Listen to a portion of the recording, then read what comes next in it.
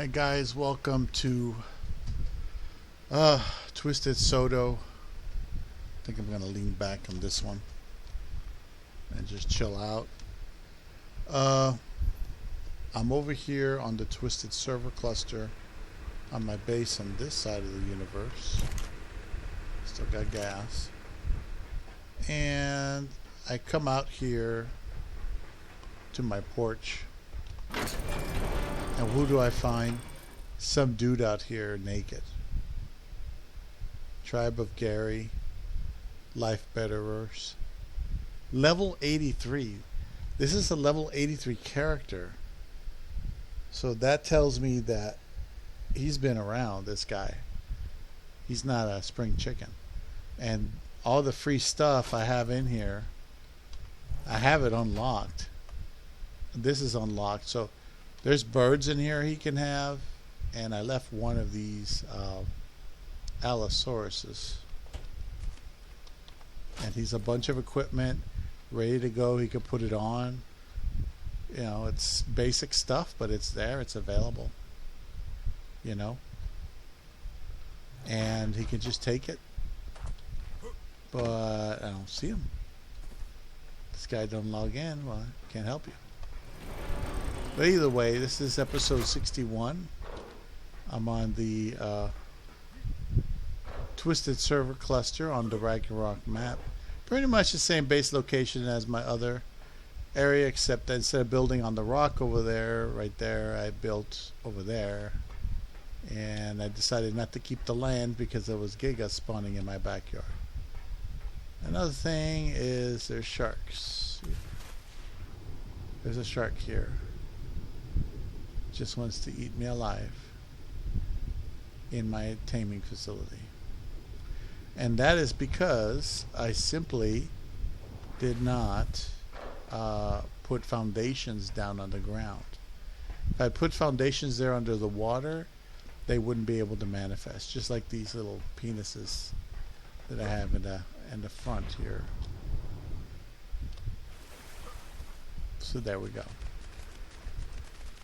So what I was going to do was put this base aside, just log in here now and again, like I'm doing now, and just go right ahead and keep doing the Allosauruses over there. And that's it. Come over here to gather resources and to take resources over there, and that's it. See, this is unlocked. Oops, unlocked. See? I have a bunch of pre-made food in here for the dude. All he's got to do is grab it. Ready to go food. Anyway, he's got gear. He's got everything he needs there. I don't know how an 83 level fucking character can get logged in here and just kind of lump there in the front of my base. I don't know what he wants. So either way, I'm definitely gonna go back, take Brussels sprout, the one that's alive, not the dead one. I'll take one of my ravies.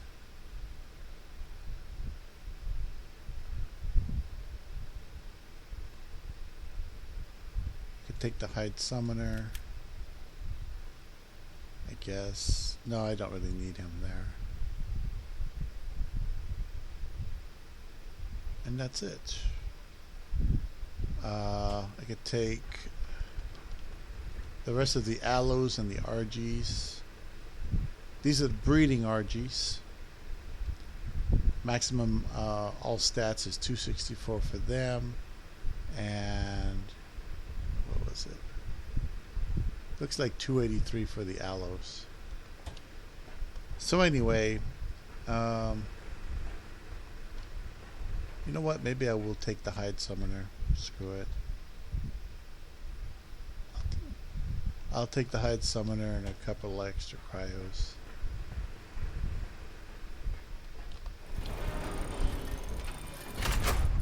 And duh.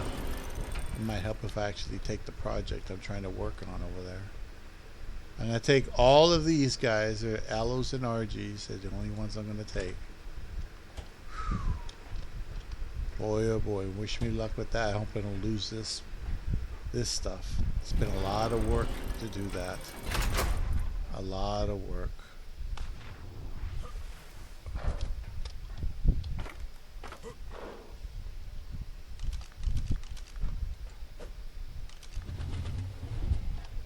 See, there's a shark in the water.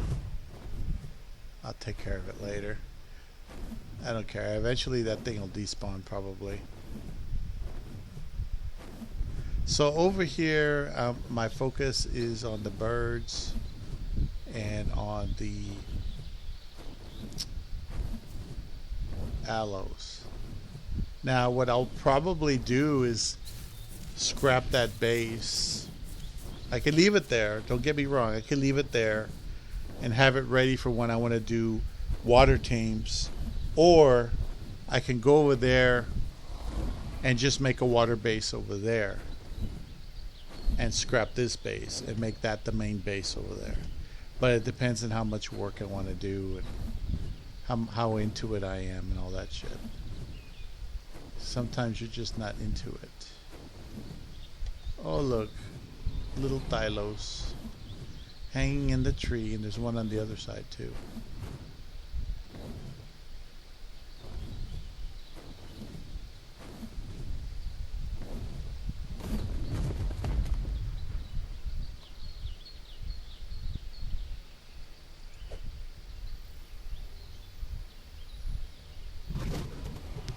Alright, so we're going to Valguero.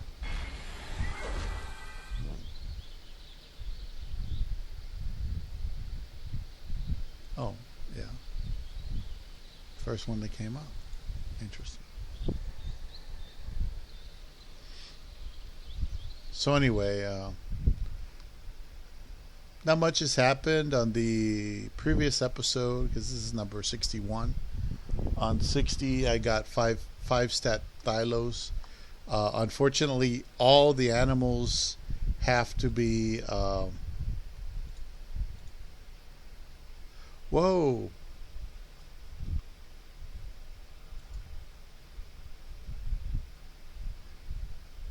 What the...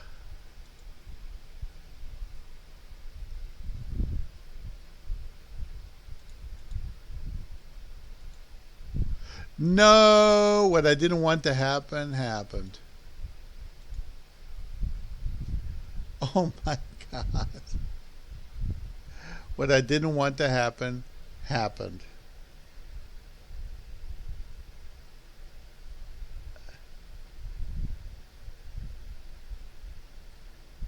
There I am.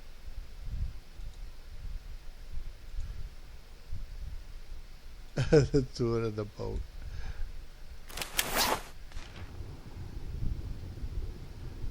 Oh shit. See, this is what happens when you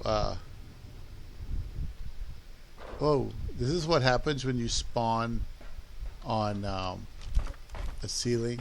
See, this is a ceiling and there's a thing on top of it, a bunk bed. Whenever you have that, it spawns you underneath. It lets you slip under, which a lot of people don't like. So anyway, I'm going to try that again and hope this time everything works out. Wow, did you see that? That's amazing. Anyway, I could just keep this here and for when I'm ready, but this base is not ready. I would have to put foundations on the bottom and make sure nothing spawns in like that little shit right there. See that shark? Nothing can spawn in if I'm going to be using that for that. Who's that?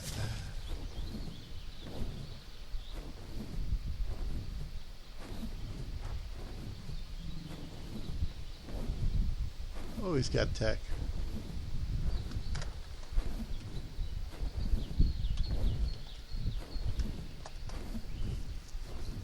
Oh, I'm shouting at him.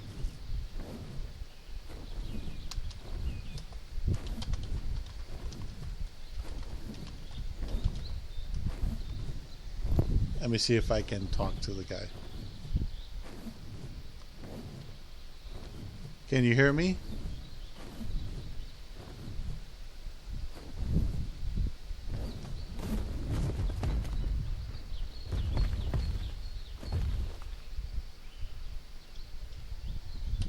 Can you hear me?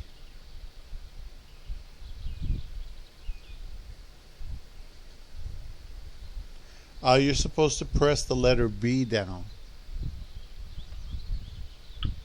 Hello? Yeah, I hear you now. Oh, okay, okay. The last time I tried this, it didn't work, but that's been a couple years ago. Oh, okay. So how long you been on this server cluster? Me and the guy I play with, I think we've been on this server for right about 2 years now. What's the name of your friend? His name's Fierce Cinnamon. He's actually up there at our base, just right on top of that hill. Yeah, I logged in to my little base down there on the water, and uh, there was some dude that's in my front door naked, but he's a level 83. And I have a bunch of free stuff out there for whoever needs it. So Yeah, I'm sorry, man. The server's saved, so I kind of missed like what you said in between there. yeah, there was this guy over there. I was wondering if it was a friend of yours. I forgot his name. He was over there in the front of my base, and I have a bunch of free stuff over there, like some animals and just junk. And the guy's level 83. I was just wondering maybe if you knew him or something, but no, that's cool. Well, it's good that somebody's putting a Bronto to use. I rarely see anybody on a Bronto, man. Yeah, we need the. Oh my lord! Hold on a second. What are these things called? Yeah, we needed the narco berries because we took a long break from the server, and a lot of our tames died. So we were getting like I need to go and get RGs back again. They all died on me. They're good for weight, and I don't have a tech skip yet. So Oh, well, I have the free RGs next to RGs that. over there. They're not the greatest level, but they're free over there if you need some temporary replacements. Yeah, yeah, I can come take a look. I Yeah, appreciate it. yeah, We should, just yeah, because uh huh. we're just getting back into it.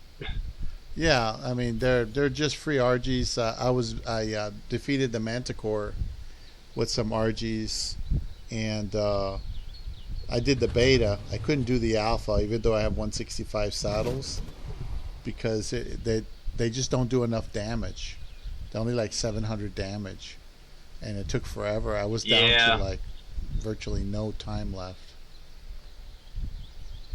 yeah, it makes it tough when you go in there and you don't like if you're just down like the wrong if you have like the wrong saddles equipped, it makes such a big difference. Yeah. So I got the beta. I got the beta and all that. So I got some tech engrams unlocked. Over there in the other server cluster I'm from is Domination server cluster, and over there they have a boss battle, but it's like in an arena on the event server, and that's how you get all your tech engrams. They spawn in a boss and give you these overpowered dinos to kill it, and that's how you get them. I mean, you can go out and do the regular thing, but that's how you get them over there. Over here, it's more of a personal challenge. I'm trying to get it all by myself, and it's just a little bit of a chore. But right now, I'm breeding Yeah. aloes. Oh, I was doing that. Well, I mean, part of them died. I was doing that with the event aloes there, I think last year, and I had so Uh-huh. many of them, and then I was starting to get stat mutations, and then I just kind of stopped playing. Oh, yeah. What level were they? You remember? The one I had was like 287, and then I had one that was pushing 295. Oh, I think mine are in the 280s, but they're just consolidated. In other words, I tamed a bunch of them from the local area here and came up with a consolidated version where I have, all the high stats on one animal. And I started to get mutations, and then I had to put it aside to do other things. I don't know if I'm going to keep that little blue water base there. It just doesn't seem like, I guess I could, but, I wanted to do Sarcos, is what I wanted to do, and Megalodons. But now that I look at the base, I see maybe it's a little bit too small for that. I might do one or the other, but I'm not sure. It's up in the air. But I made a new base on Belgaro for the aloes, and so that's what I'm doing right now. I'm transferring them over there so I can get them, up and running again over there. I got the base over there more or less set up, um, so we'll see what happens. Yeah, without mutations in attack and health, you ain't gonna do nothing, you know. Yeah, So, it's tough. I went through and did the boss, the alpha on Val, and I did it with Rexes. I had all the stat mutations in the Rexes, uh-huh. and they've all since died now because I left them out being stupid. But Oh, that's too bad you yeah, didn't that was the try only way it. I did it, and I actually had to do it with somebody. Oh, okay. Yeah, over there it's different. Over there in Domination, they give you free dinos and stuff when they have weekend events and stuff like that. And some of that stuff's decent level. I've been consolidating some random RGs they gave me, and it's like 5,000 health uh, starting, and I think it's 500 attack starting. So they're pretty well mutated. But I wouldn't do Yeah, the that's not Manticore bad with at all. that. That's pretty good. You know, I mean, yeah, I mean you can use them, but I'm thinking I'm doing other things right now. I'm doing terror birds over there, and thylacoleo, and see what else. I'm consolidating those RGs, and I want to do tech raptors. Tech raptors are the ones that I really like, but here I got some good samples from here. But over there at Domination, it Oh, was really hard to get some. Yeah. I'll tell you what. If you went Tech Raptors, I've got I think three of them they're pretty well mutated, and literally don't use them for anything. Uh huh. If you want to come up and take a look at them, I'll give them to you if you want Shoot, yeah, I'll do that. Yeah, let's go. them. I don't think I can carry all the weight here, so I have to ride this big bastard like all the way back up here. Okay. But if you follow me up there to that base, I'll if you want them, you can have them. All right, cool beans, man. Yeah, saves me some work. Yeah, it makes it easier, and they were given to me, and I've never used them. So the least I could do Uh is huh. give them to somebody who's going to use them. Yeah, I love Tech Raptors, not just because they get more levels, but they're just so cool looking. You know. They they are definitely cool looking, and the mutations can do crazy things with the colors. Yeah, the event ones are pretty nice. Yeah, there were some event ones over there on Domination that were really good.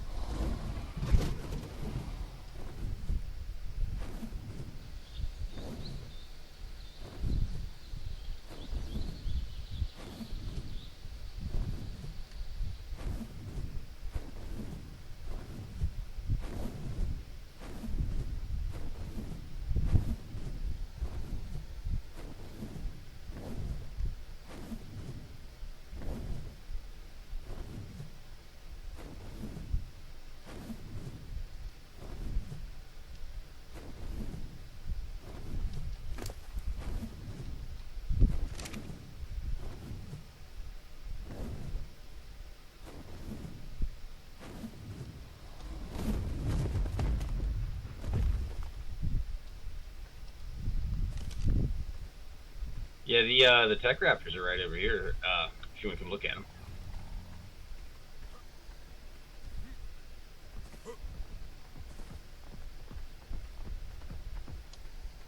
Oh, pretty. Oh, they got significant mutations on them. Yeah, the guy who gave them to me, he put a lot of time into them. I looked through their ancestry, and he bred them a lot to get to this point. Wow, I really appreciate that. Well, the least I can do is give you those RGs. I'll show you where they are, so you can grab them. Okay, you got some cryopods or something like that, so you get Uh, these things down there.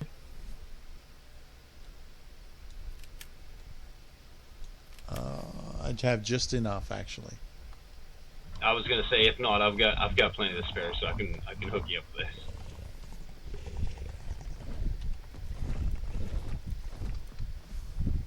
There you go. There you go. I dropped them on your feet right there.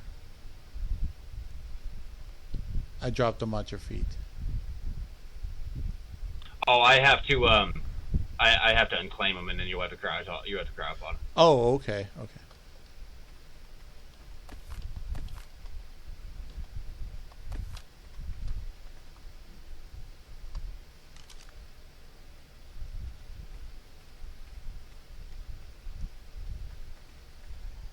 Oh, where'd your friend go? Oh, he's over there. I was gonna say he's floating around here somewhere. So yeah, you just have to walk up to him and claim him, and then you can grab upon him and take him with you. Sweet.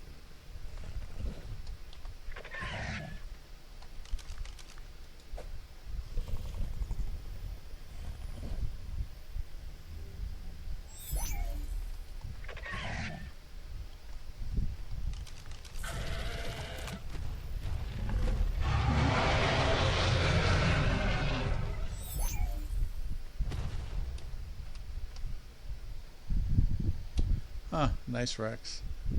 Yeah, I haven't Thank really you. done anything with the X animals or the Genesis. I went in my personal game and I tried the swamp over there in Genesis and it was a real pain in the butt.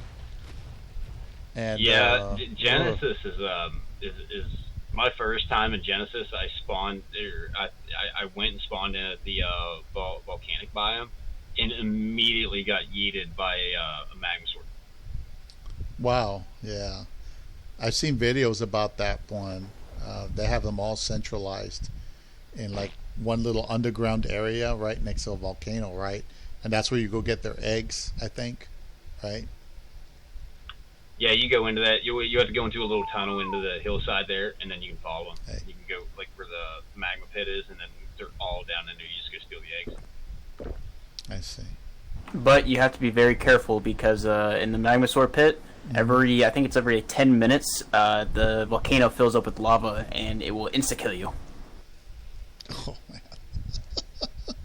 can never make it easy on us, right? Yeah. Nope. No, they gotta I've, make got, it. They gotta make it hard. I've never died down there by the actual Magmasaurs, just by that fucking timer. Oh, man. Yeah, I wouldn't go down there without something. I think the guy that I saw was Flinger Fu. I think he went down there with a Thylo or something, and he was just trying to get eggs. But man, that would be amazing. I thought the Wyvern crack was tough. Like when I first started, I thought the Wyvern crack was like an impossibility. And then a friend of mine showed me how to get the eggs with even just any kind of bird. As long as you set it up right, you can get your eggs. That's how I got my stuff because I learned how to run Yeah, the I crack. think. Yeah, I think the easiest thing I ever did it with. I started out with like pterodons, but we ended up switching to griffins because you could just do the dive, Hmm. and then you could kind of lose your aggro after you took the eggs.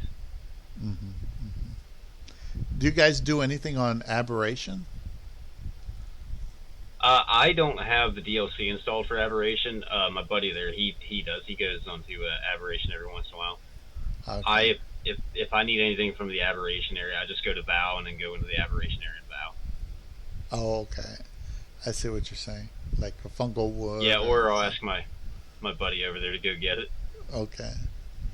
Yeah. I was with another team that don't show up anymore, and we started off an aberration. It was supposed to be a challenge. Well, they went and they got some animals, and we were doing pretty good in the little base in the kind of like the border between the red and the blue, and we're doing pretty good. And then they had to go and get lives. They just left and got lives, so I was stuck there, and then I lost interest, so I just logged out and said, screw it. And then later on, I logged back in just to go see if there was anything left, and sure enough, everything was wiped. All the animals were gone, everything was gone, and I started over from scratch over there in the green zone, and that's how I worked my Here, I want way you up. to test something for me if that's cool. Can I give you this cryopod that has a Maywing in it? And can you throw it down and see if it becomes yours? Sure. Yeah, have you been to Gen 2 yet? Let me No. I don't think I've done Genesis 2 yet. I've seen videos on it, but it seems very different. And when they Did it run become that yours, thing, or do you have to claim it? it says equip a saddle, so it looks like it's mine. Yeah, it looks like it's mine. Yeah. Oh, well, congratulations. He's yours now. I kind of have a breeding pit of these guys over there, so I need to get rid of some where my boy here is complaining to me that we have too many. Oh, yeah, I'll take it off like, your hands. You know, got like 14 cool. of them over there.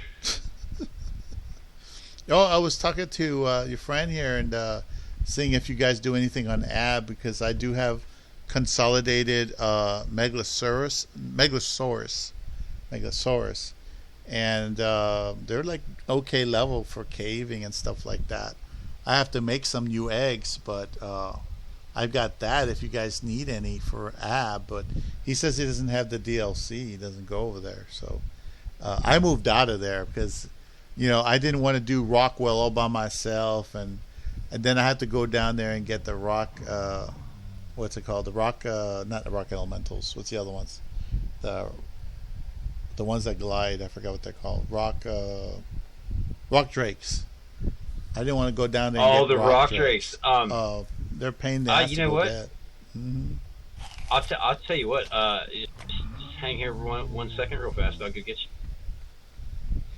Yeah, it's Yeah, I kind of went on a really large taming spree and catching everything, so we have a lot of shit. Oh, so you got Megalosaurus, Megalosaurus, and you have Ravengers, of course. Ravengers. I have a good consolidated Ravenger. I'm gonna be honest, those ones died. Oh, they died in your old thing? I might be able to get you some. They're good levels. Mm-hmm. And let's see what else I do. Oh yeah, Spino. I got Spino, the aberrant Spinos, consolidated as well. I didn't get a lot of chance to do mutations on them though. That's the only thing. I kind of shelved them because, I wasn't on the AB anymore. So I was like, Yeah. So, yeah. So you guys show up at a certain time, or just now and again, or because I've been watching your base since I've been here, and I haven't seen a lot of activity. It's kind of random, but yeah, we never do like any large projects as we do. We don't really want to build more than what we already have here. Just because we don't want to, take more space from other people. Oh. Well, there's not a lot of people on the server that I can see.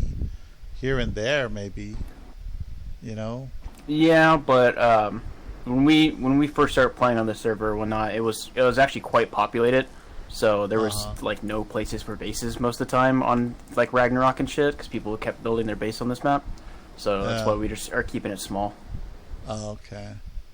Yeah, like I was telling him, I moved. I'm going to move all the Allosauruses that I have over there to Valguero. I made a small base over there for breeding Allosaurus. I'm going to try to mutate the birds that I have, because I managed to defeat the Beta Manicore with the birds, but I was so close. I was like down to, I think it was 2 minutes, 3 minutes, something like that before the end. Damn. Yeah, it was so close. I got the video. I got in a video. As a matter of fact, you're on video right now. Forgot to tell you guys. I'm recording. This is episode 61 of Twisted Psoto. So, but, I can probably hook you up with some of that stuff, too, once I get around to making more of them. So that would be cool. But I appreciate the Maywing. These things, I don't have a lot of experience with them. I think they're good for what? Cooking eggs, right? They cook the eggs down or something? Is that what they do? Or they take the young and they're like nannies or something? Yeah, they do feed the young, so that's really helpful. And then they do that really cool gliding thing, and they're so fast when if you're like really good at it. Mm-hmm. Yeah. Cool. Probably equivalent to mana, just with less fighting power, if I had to say, for flight. Honestly, probably easier to control too. Yeah, it is smaller, and that size does matter when you're trying to control flight. What's this? Oh, you're giving me a rock drake? There's a rock drake. Oh, yeah, cool. man. Thanks. Yeah, we've got a lot of stuff. Oh, cool. I appreciate that. Yeah. Hey, that's no problem. Yeah. Do you have any good aloes, or no? I know I've got these two. I know I've got some babies and some adolescent ones. So I can go check, but you can come up here and take a look at these ones I've got. They're event ones. Oh. Let me see.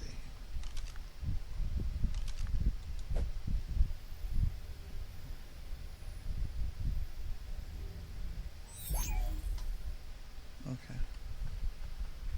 Cool.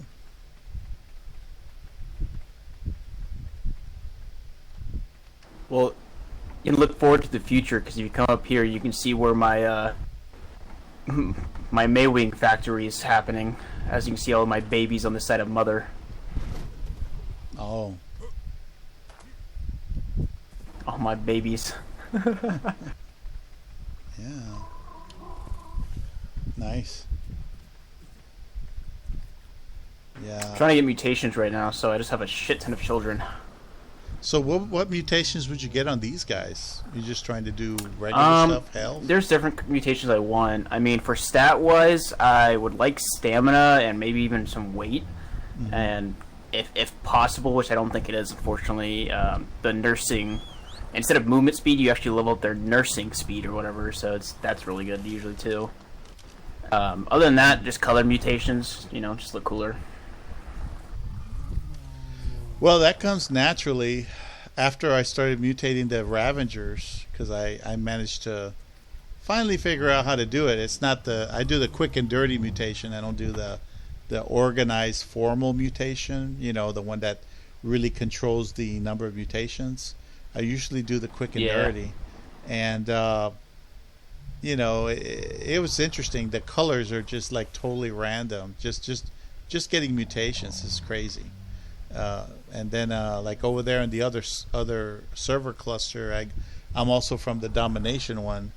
I don't know if you've ever been to Domination, but I have some Thylos, and I'm trying to get an event Thylo that's like lime green and kind of a dark green. I'm trying to get the colors off that pretty soon, and that would be nice. Oh, that'd be pretty cool. Yeah, nice lime green Thylo. There's a red one, but it's only a level 25, so I'm kind of scared to even mess with it. But the other one at least is a 140, so yeah, that's sweet. Yeah, I never this saw is you my guys. work in progress right now. Yeah, cool. Yeah, I got to go set up the aloes and RGs over there on Valguero and see if I can get those mutating again. It's going to be interesting.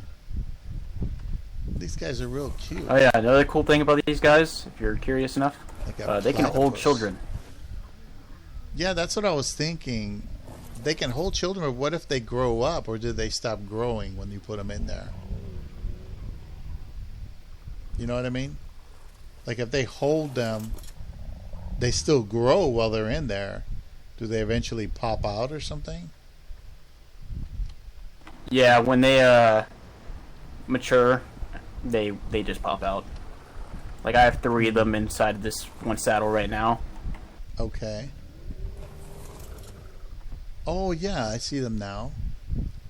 Yeah, I didn't see them before. Yeah, I got 2 on I got 1 on one side and 2 on the other side there. And it's a 3-person saddle for babies, and you can steal other people's babies too, technically, but that'd be dumb. Oh, that's so cute. Look at that. But yeah, being near this with nursing on, it feeds babies for you, so I don't have to sit here and make sure it has enough food in its inventory and keep restocking it. It just feeds it for me. Oh, okay. Very useful for breeding. Nice.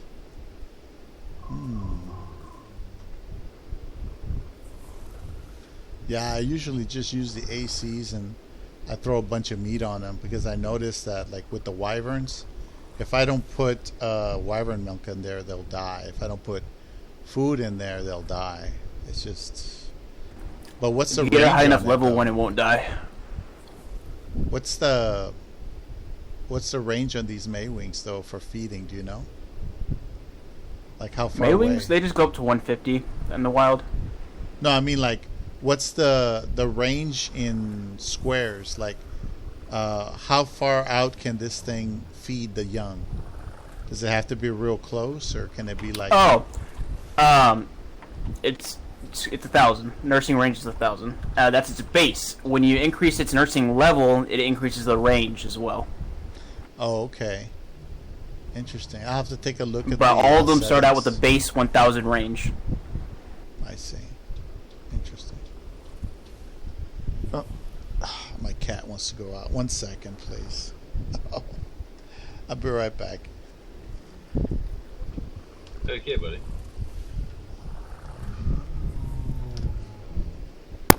Oops.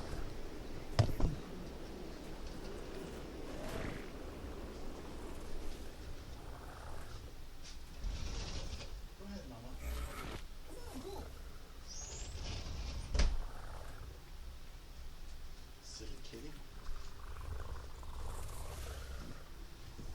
Oh, yeah.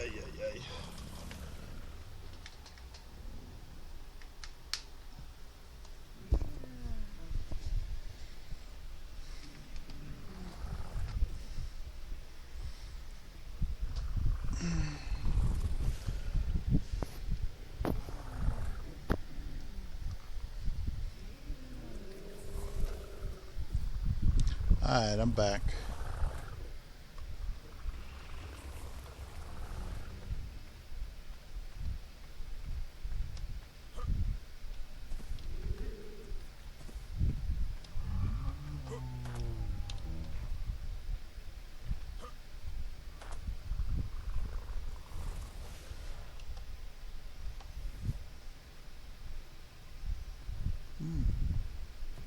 Oh, that melee is good.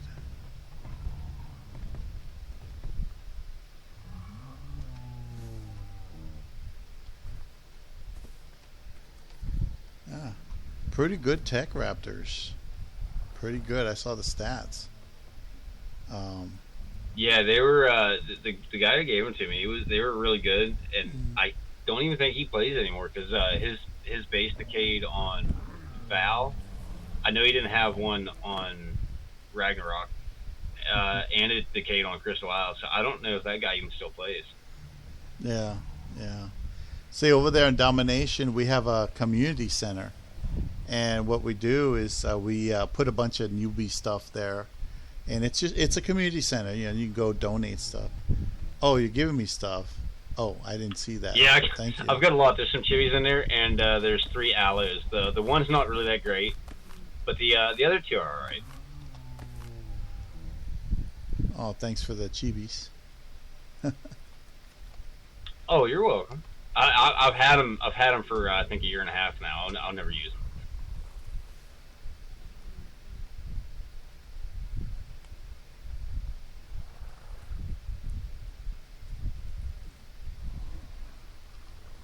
Well, cool. I'll have to take a look at more detail of the Allosaurus statistics because I already got a consolidated version. I had just started doing mutations when I had to. You know what happened to me over there? You know where I have my little base, and it's on the land, right? It's on the land on the other side of the base. It's on the land on the shore. Well, I had taken all that little land that's in there. I had put behemoth gates all the way around. You know what? I swear to you, I log in one day, and there's a freaking giga in my backyard trying to kill some birds and some other tames that I have out there. And it scared me so bad, I just walled the whole thing off. I led the giga out eventually. I didn't lose too much, thankfully. And I just walled it off, and I just put foundations there to make sure nothing spawns in there. I just let go of all that land because I wasn't going to mess with that giga. I mean, that happened to me over there where the green obby is. You know, that's also Giga Central over there on this map where the green obby is. Yeah, I had a big base there. You know that big piece of flat land that's there? It's right next to the green obby. Yeah, right by the obby. Yeah, I had taken that, and this was on an S Plus server. somewhere else, and I had taken it, and I was like, awesome! I finally got a nice flat big piece of land. No water, but I got some land. And sure enough, I wake up, I look out the door, and there's a 10 giga in my backyard. And then I said, I'm going to kill that giga. And I sent a bunch of dud Rexes, tech Rexes, that I didn't really need. So I sent him after them, and he just ate all of them. And I was there without a mount. Yeah, they're so violent. Yeah, it's just it's just a nightmarish experience for a new guy, you know. But no, we anyway. had a similar experience. Oh, you cut out, dude. You cut out. Half our stuff to a giga while we were off.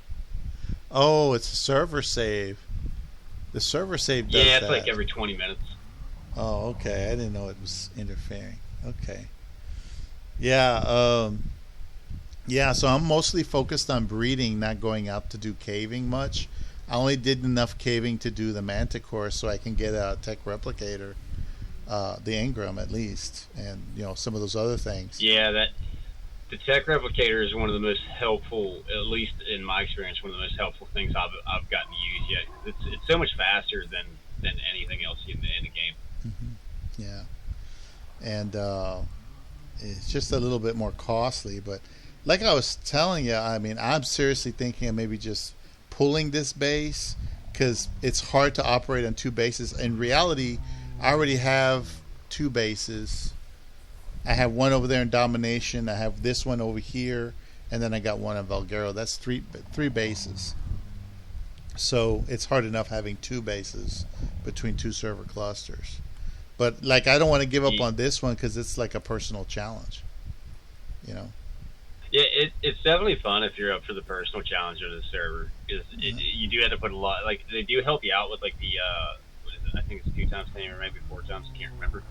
But they do help you out a little bit, so it like speeds up the process, especially if you're trying to like breed gigas, which is usually like 38 or 40. It's been a while since I've bred them, but it's like a 2-day process, and they kind of shorten it down. Like I think 12 hours. Yeah, it was 12 hours. Yeah. I managed to get some gigas. I was taming them along with the aloes, and I'll tell you, that's interesting. I got a hold of an event giga over there on the Domination server, and I've been breeding her.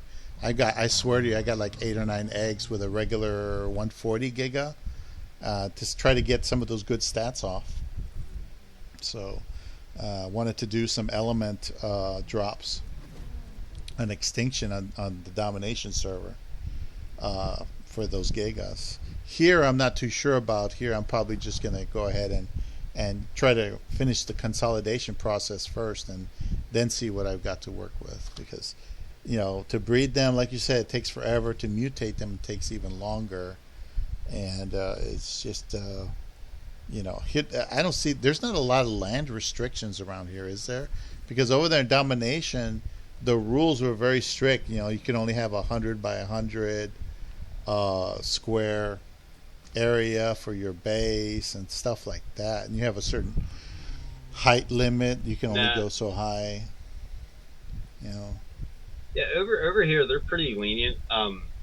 They don't have like any strict rules on like how big the base can be. If it gets too big, and it's like I guess if it's interfering like with a major spawn point or something like that, the admins might say something to you. Mm-hmm. The only time they've ever said anything to me, our water pipes used to be a disaster, and that was the only thing they ever come up to me about.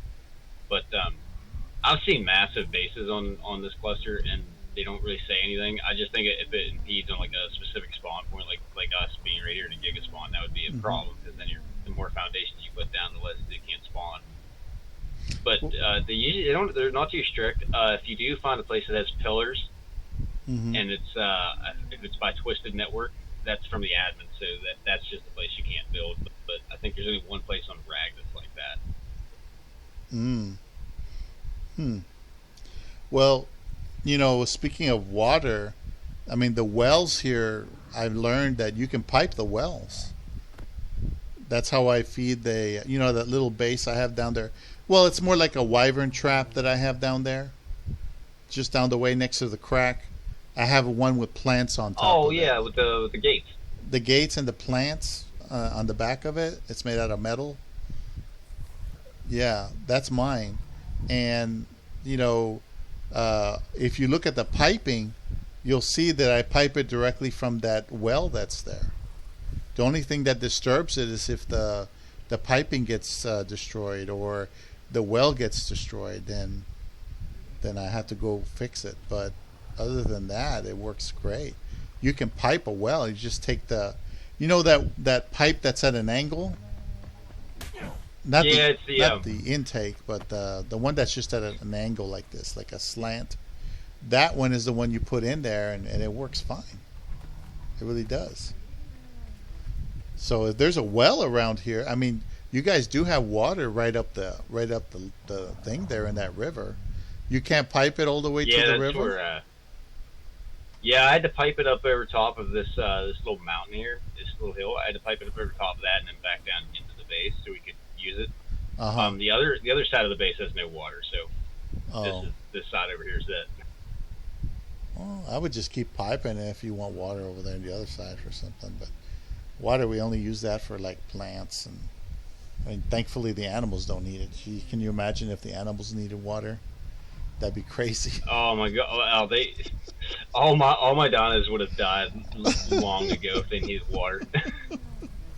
Yeah, So I'm surprised it's only a trough only for this game. I'm very surprised because common sense tells you need water for your animals. But it's a leniency, I guess they have. But anyway, I got to go get that done. And I do appreciate what you guys giving me. I want to show you where those birds are. I don't know if you want them. You can take a look at them. But I'll show you where the container is. I can come down and take a look at him. Yeah. I'm not doing anything. My buddy over there, he's messing around. Okay. All right. Well, just follow me then. Mm-hmm. All right, man.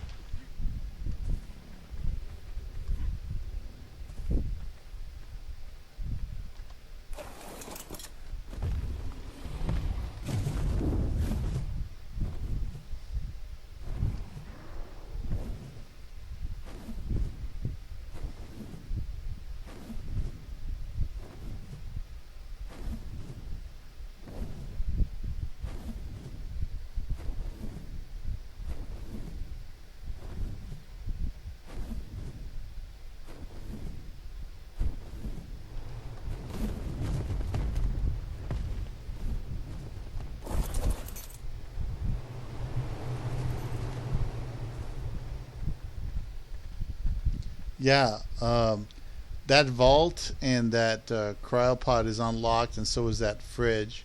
Any freebie stuff I put in there. This is the guy I found here, naked, level 83. To think he'd have more on him, And the tribe of Gary. I've seen the tribe name before, but I don't recognize the username, the Bullet Bulldog. Yeah, his name is Gary. I don't know. But anyway, there's free stuff there and free food there. I always try to be hospitable. One of my first permanent bases on Domination was Scorched Earth, and I'll tell you, I can literally tell you, like, at least 10, 15 people came up to me begging for food and water right out of the desert.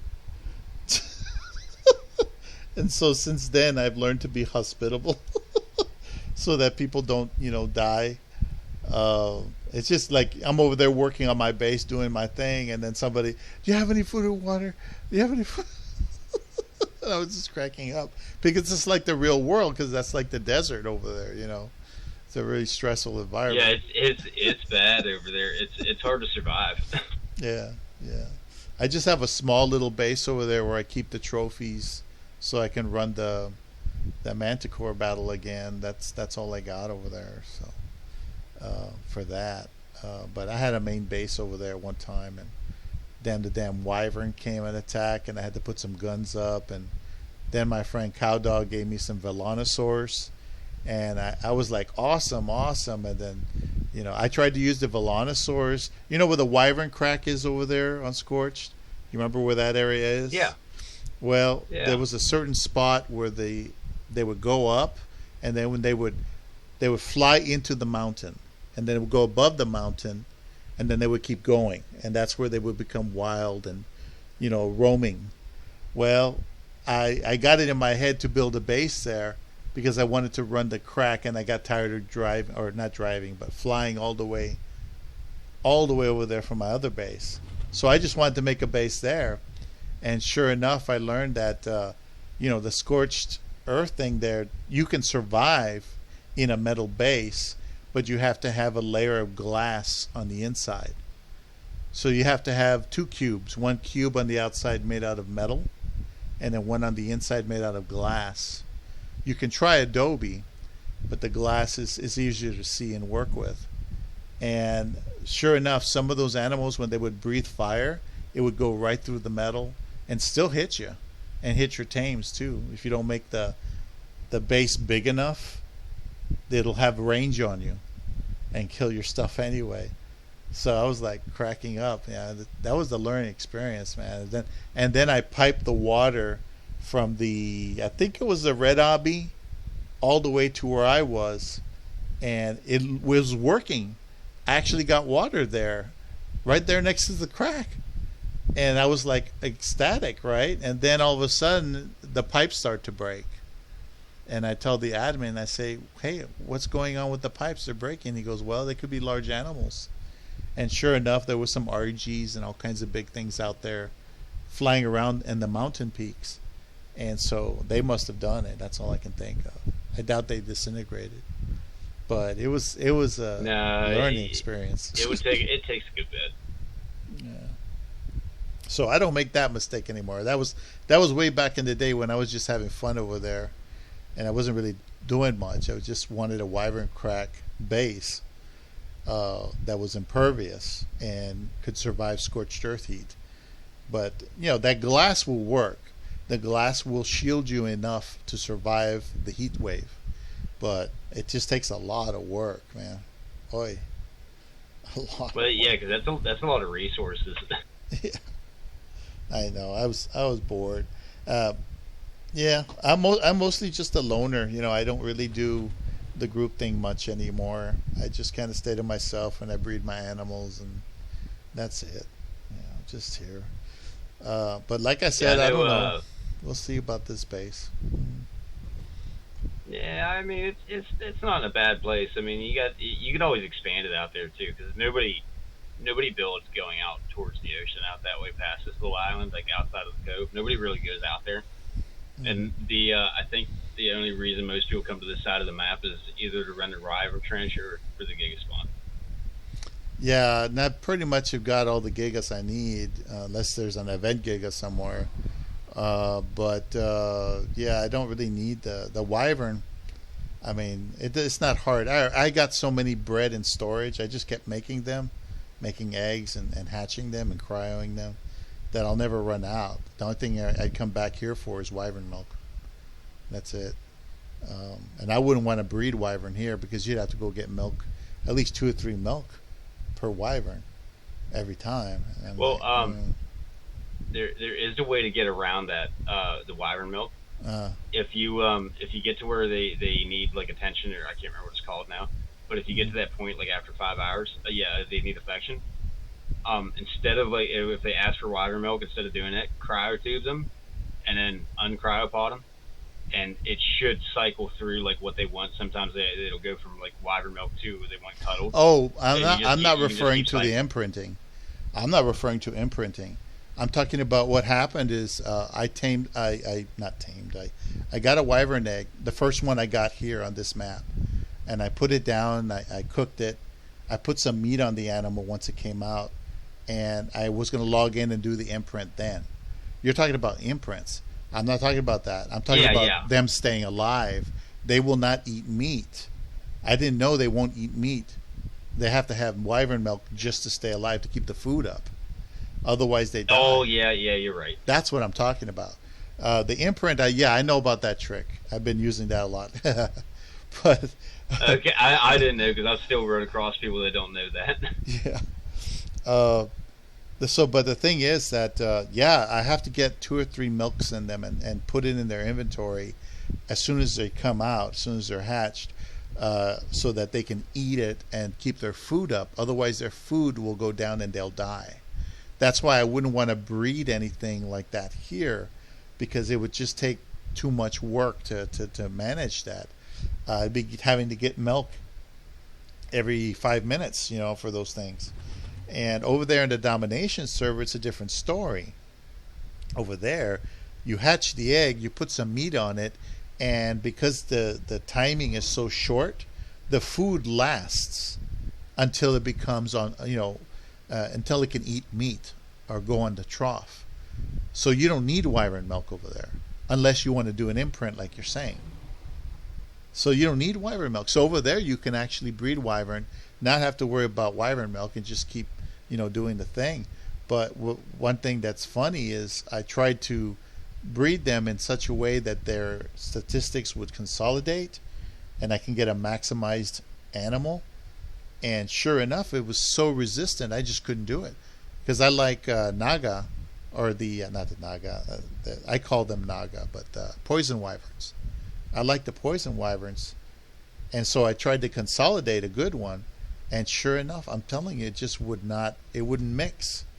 And then with the wyvern milk thing, I was just like, nah, forget it. It doesn't want to play ball. So I just am discouraged with those, because I've tried so hard to get one earlier. When I had this piece of land here, I was doing that. I was trying to make that work, and it just would not play ball. See, I know it's been a while since I've been into breeding wyverns. Mm-hmm. I did it with all the event ice wyverns because I really like those. Mm-hmm. But I know I don't know if it still is this way. I know before, like if you had if it was just over level 100, you could get away without it dying, without the wyvern milk, and it would make it to that first imprint where its health would go up and it would start eating from the trough instead of wanting the wyvern milk. Mm-hmm. But like I said, I don't know if it's still like that. I know it used to be. No, that one I had, I don't know if it was over 100. It was just something I grabbed. I just went into the wyvern trench and I grabbed it with a pterodon or whatever, and I just got out of there. So it may have been under 100. I can understand. When I first came here, I didn't have anything. Nobody was here, so I just had to go grab what I could grab and barely escape, of course. But I put it down, and I was like, I treated it like it was in domination. I came back and it was dead. It just starved to death because it didn't have any milk on it.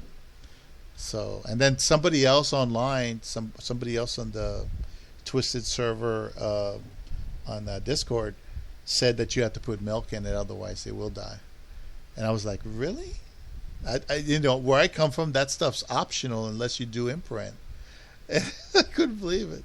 Yeah, see, they may have changed that. I know, of course, it's been a while since I've been into breeding wyverns. I just did it for all the ice wyverns, but that's been over a year ago. Yeah. Oh, boy. But anyway, back to the RGs. I don't know if you want them, but you can check. They're in that cryo right there. And just check out. There's one aloe in there, but that's a dud aloe.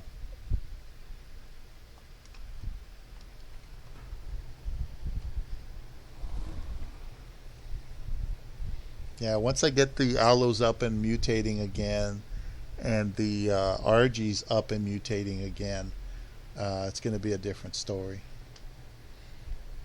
But it's going to take a while, And then I'll be bouncing between 2 different clusters. Because I got the Thylos and the Terror Birds over there in the other cluster I got to take care of. I'm doing series on breeding Terror Birds. And the Thylos, man, I'm just doing the Thylos because I like Thylos,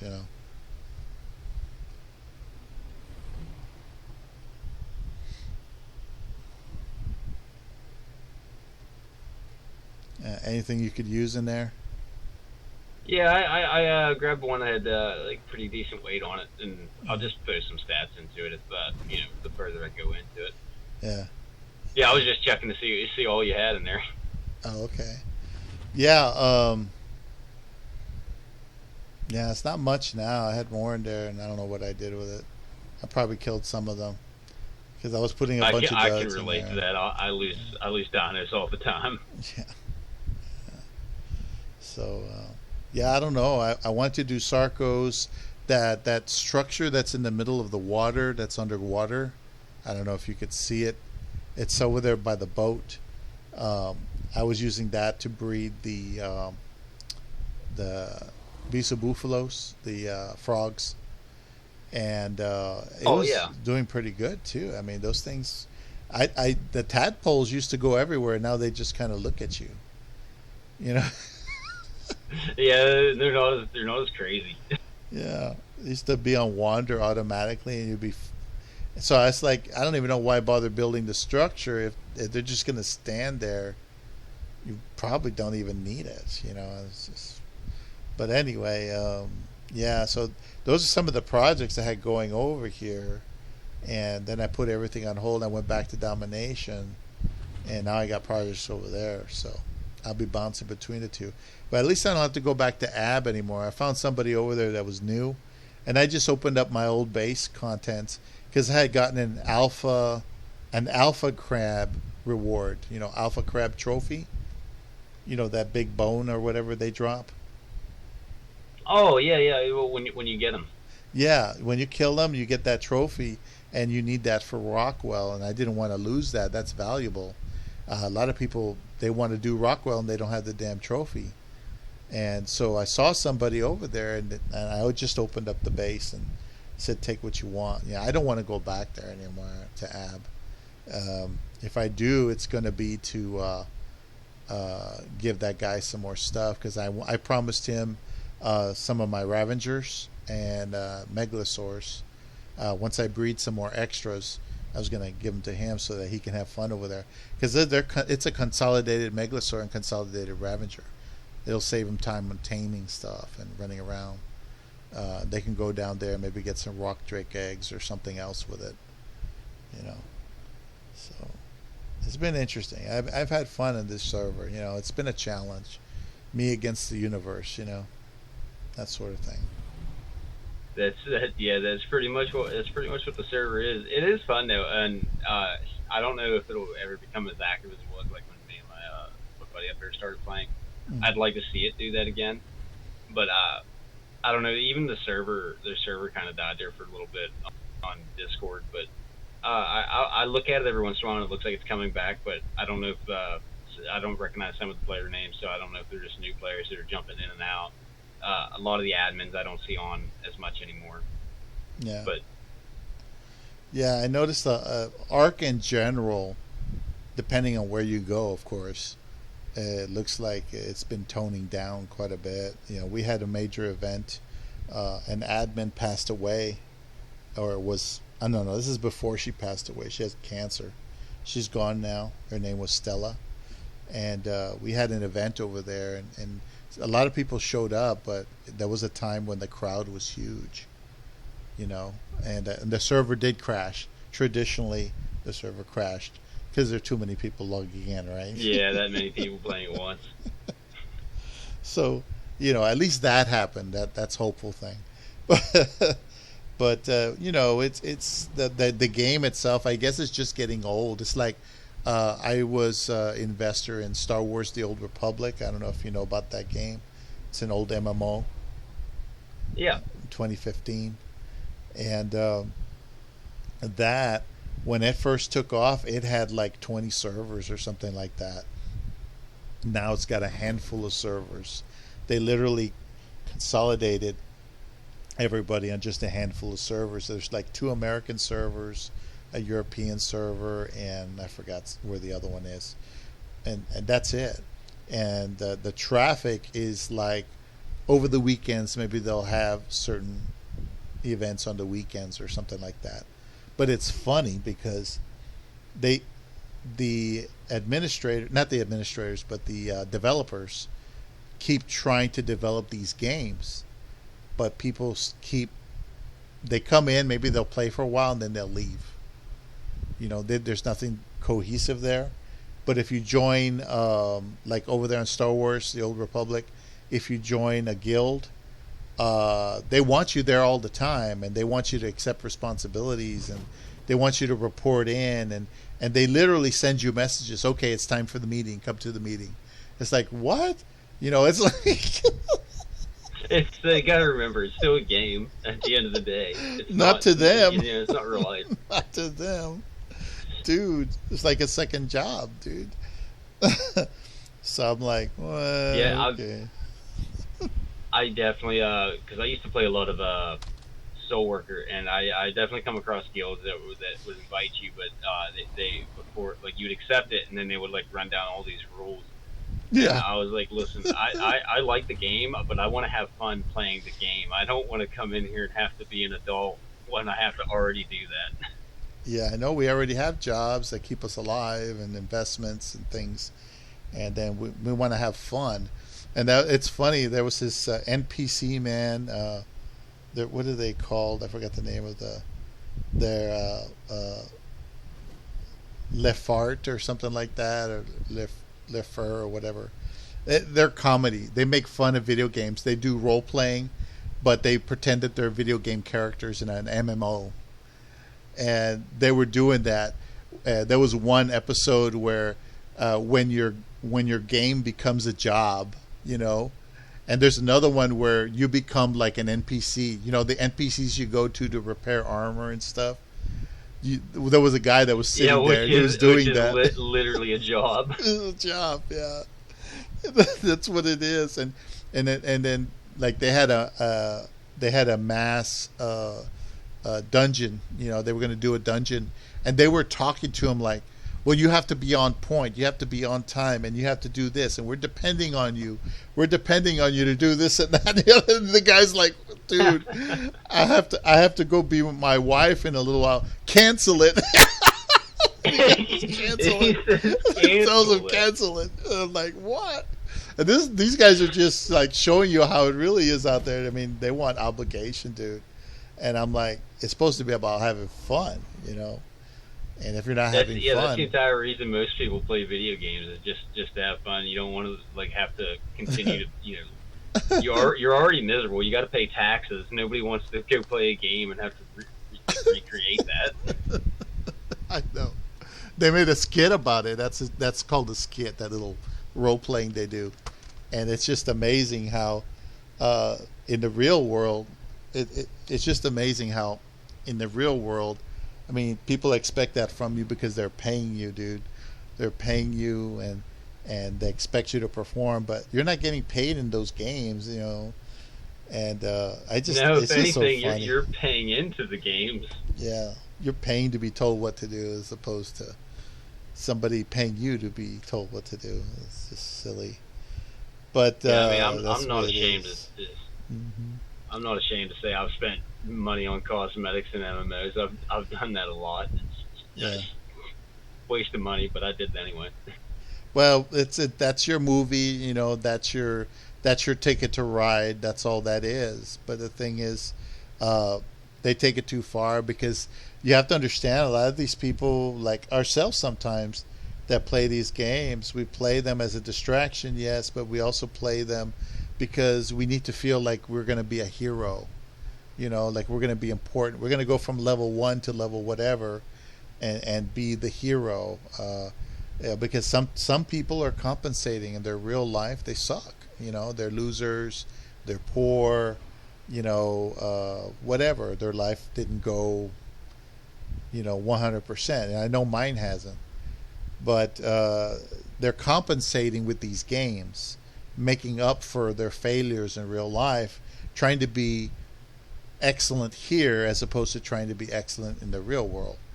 And that's the type of personality that will go out and try to get you to take it uber seriously.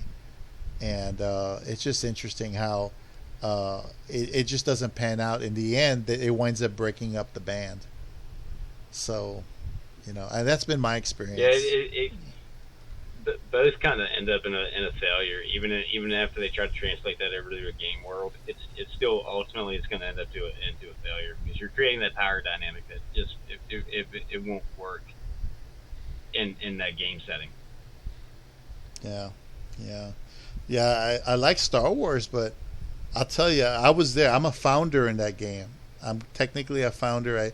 I put money into the Kickstarter for Star Wars: The Old Republic, and so I get a bunch of perks, But I don't pay because I make a character just for fun to fool around, and I go in there and the mega guilds are just like that, and they have schedules and stuff, and literally they have speeches. They literally take the time to make speeches. You go onto the flagship to have the meeting, and there's somebody there giving speeches, and you're sitting there in the chair. They decorate it, they decorate the flagship, and they put chairs there so you can sit like you're in the audience, literally in the audience. And you're like, okay, how does this really affect us? And the good thing is, when they get together, they take down some of the biggest monsters there are. They know exactly what they're doing. The downside is they want you to train. They want you to learn how to contribute as well. And I'm like, well, I mean, I don't want to be obligated. I just want to have fun, and if I want to do it, fine. If not, I'm an independent thinker. That's what I am, and I just don't want to, be told what to do. Like we discussed before, it just doesn't make sense to me, to do that.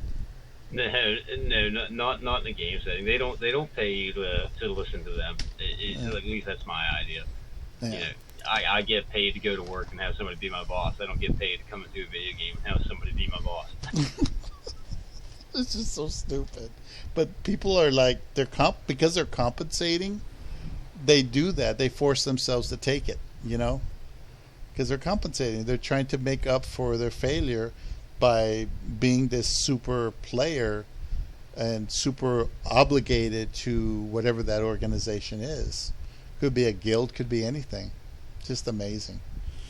But anyway, yeah, I just thought I'd bring up that as conversation. But so you guys are going to be he said you're going to be going out in and out randomly, I think, right? Just random times. You guys don't have a set schedule or anything. Yeah, I mean, I work nights, and my days off, they were like Wednesday and Thursday, but they just recently changed them. Mm-hmm. So I'd usually be on in the mornings. I just happened to be on tonight because I called off. I had to go to a doctor's appointment today. But I usually play in like the morning hours. So I don't know what time zone you're in. I'm in the Eastern time zone. So it's like usually between 7:30 to like 11 is when I play in the morning. And my buddy over there, he's usually up at night because he works during the day. So he plays probably like, and he's like Central time. So he plays like 6 p.m. to 11 or 12 a.m. 6 p.m. to 11 or 12. Oh, okay. I see. Well, yeah, I'll probably have a better chance of meeting him then because I'm in Central Time. I usually I'll play on and off during the day, but like I said, I've been logging into Domination to do those breedings. And I'm also doing video series on the breeding program over there. But yeah, eventually like I said, I got to set it up so I at least come over here to breed the aloes. I got to at least try to do that over here and maybe the birds, and just kind of budget my time between the two. But yeah, so well, I guess I'll see you guys around. My base on Valguero, how can I say? It's over there in the White Mountains, where the Dionicus are. Like by Blue Obby? Blue Obby. No, it's not by the Blue Obby. There's no Obby in that area. It's by where the Salt Mountains are. They're all white.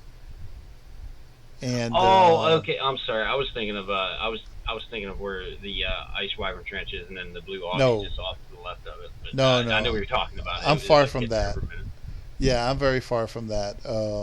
You're talking about like the Green Forest area, and there's a little swamp, and that's the Green Obby in that area. There's a Green Obby there. Yeah, you're probably over there, like where the Rex spawns are and the Aloe spawns. Yeah, over there in that very flat plain. The very flat plains over there, and then they have these ditches where it's like a different world down there. That's where I am. I'm over there, next to the water. Okay. Next to the water, not inside. Not on the beach, on the plateau. I'm basically on a plateau right there. I think I saw Twisted Network there. Well, I might see it after a bit. I do have to go over to a vow. I got to go get biotoxin out of the aberration area over there. Oh, and I okay. usually go over there and check the rec spawns when I'm there. Okay. Well, I'm going over there right now just to go drop off these aloes and maybe see what else I can do. I have a little bit more time. Do you want to go check it out right now, or do you want to go do something else? I'll show you my bases at least. Let me go. Yeah, I can come over and take a look at them. I mean, I'm not really doing anything. I really need the biotoxin, and I was gonna go over to get RGs, but that was really all I had. Oh, okay. Well, shoot, let's go. Let's go check it out. All right. I'll meet you. Where's your? Hold on a second. You got a. Are you in their Discord, sir? Yeah, I'm in Discord. Yeah. Okay. Are you in the Twisted Network Discord? Yeah, I am. You want me to take I'll chat? join. Okay. Yeah, I'll join one of the channels over there. That way, Okay. you can tell me like where you're gonna spawn at, like which obby. That way I can. Well, you'll spawn like at your base, but that way you can give me like the cords and stuff to it. Well, I can meet you at the Green Obby if you want. Green Obby's not too far. You know Yeah, what I the can Green spawn Obby over is? the Green Obby. Yeah, just go to Yeah. Green Obby. I'll meet you there. Don't let anything bite you. Okay, I'll be though. over there in a minute. What's that? Don't let anything bite you over there. Green Obby is really. No. That's why I transfer all my tech stuff over, so I don't have to worry about it. I just fly away. Yeah. Okay, I'll see you there then. All right, man. I'll meet you over there. Yeah, cool.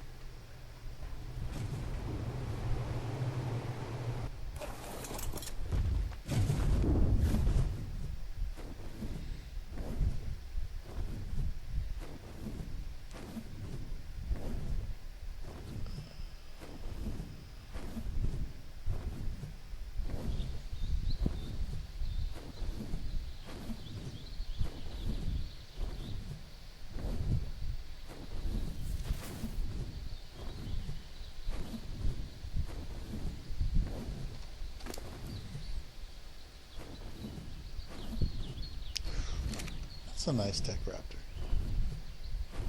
Somebody did it the right way, probably. Yeah, that's a nice tech raptor because look, it's only got 4 mutations on it. Yeah, that's nice. Somebody got a maximized consolidation for tech raptors. That's what happened there. And so what I can do is consolidate my own and use them as a baseline. And continue the process. Oh, let me do that. Let's see. Oh, I don't have any more aloe. Shoot.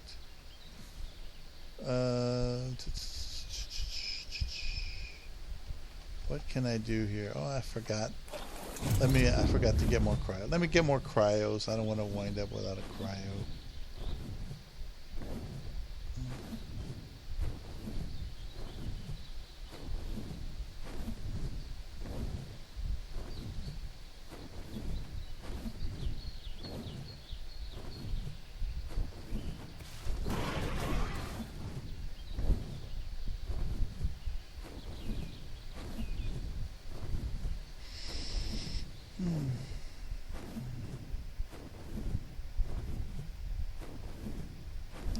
I have to drop off this stuff here too. Forgot to do that. I just took off because I was so excited.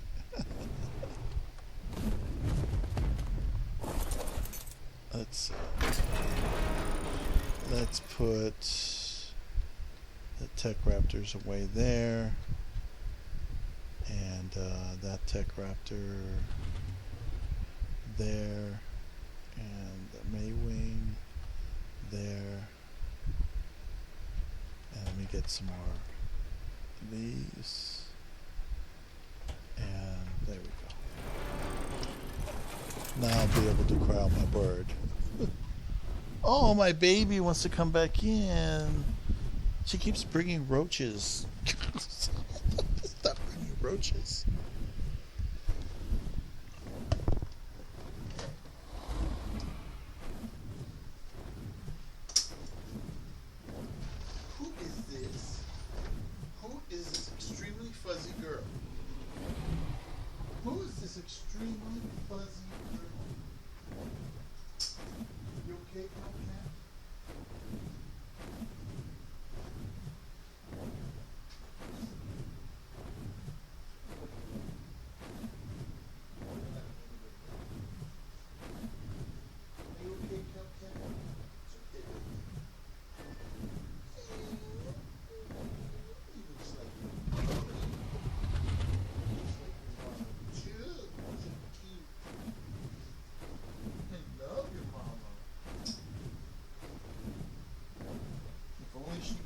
get along with everybody.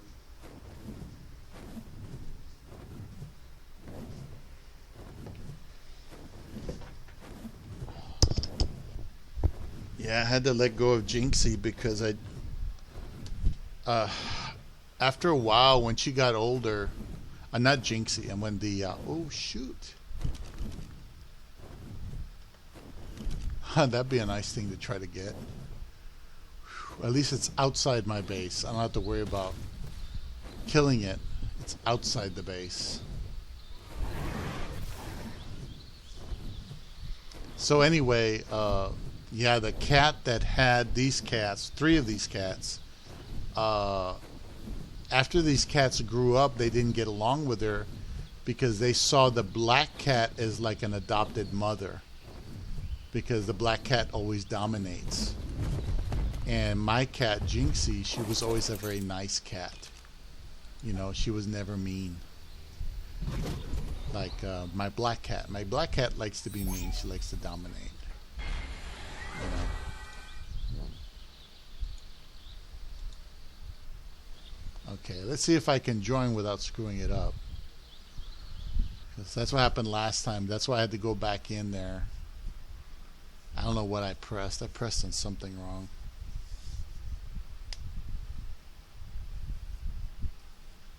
Okay, so we'll go here. This is my base. It should be in the middle. There we go. Alright.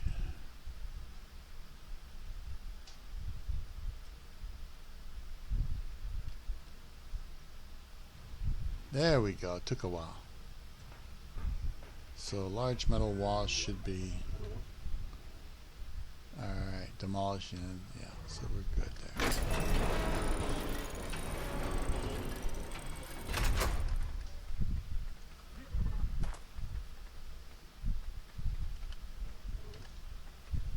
Oh.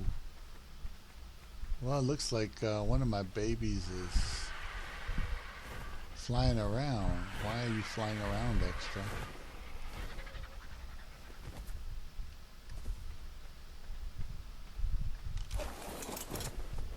This is my replacement RG.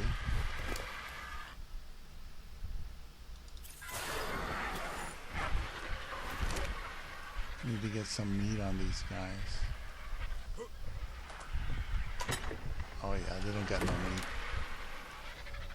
The whole point was to get them healed, not starve them to death. Alright. Let's see, let me put these guys away.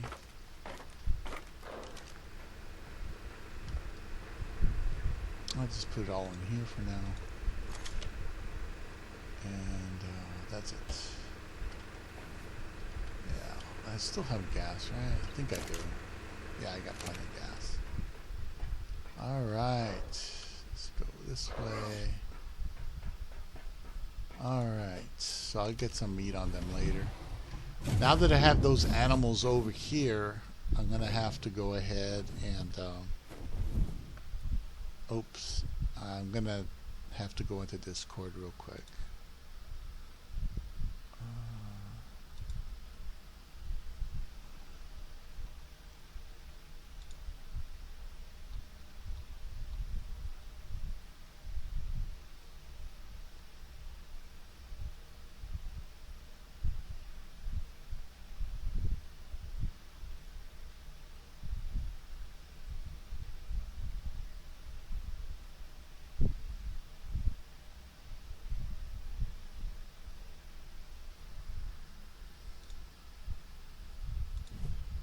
Alright, so sorry about that. I had to see if he was in Discord yet, and I don't see him, so I'll just go over here.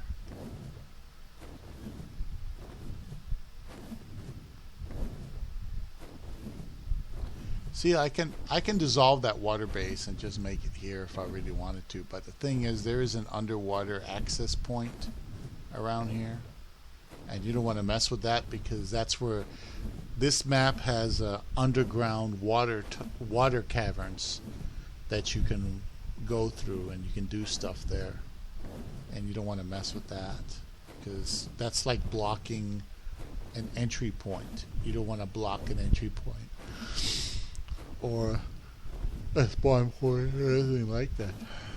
Yeah.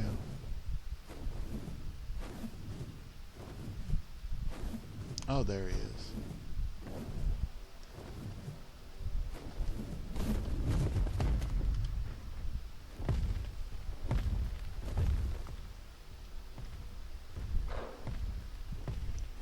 Well, I found my pet.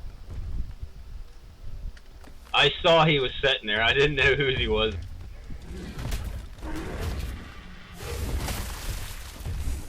I got him.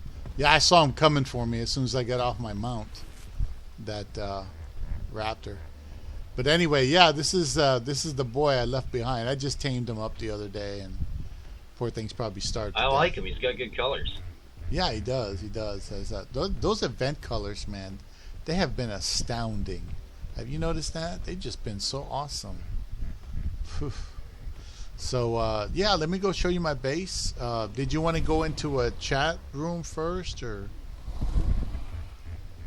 do you want to just be like yeah, this? we can. Yeah, we can. What lobby do you want to go into in Discord there? Let me see.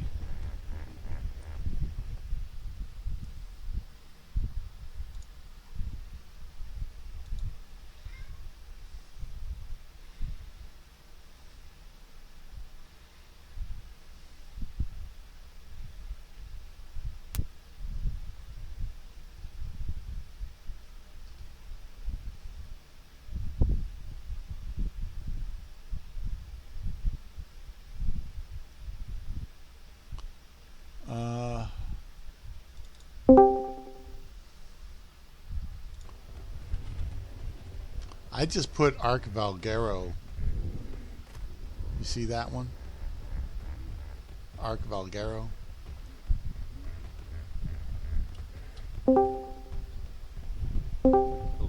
Hello? Can you hear me? Yeah. Yes. Okay, I can hear you. I think we're good. I hope it comes in on a recording, because I have a recording going. And I hope your voice comes out. Otherwise, I look like I'm talking to myself or something. As long as you have, as long as you have desktop sound activated on it, you should be good. Because that's what Discord's considered as desktop sound.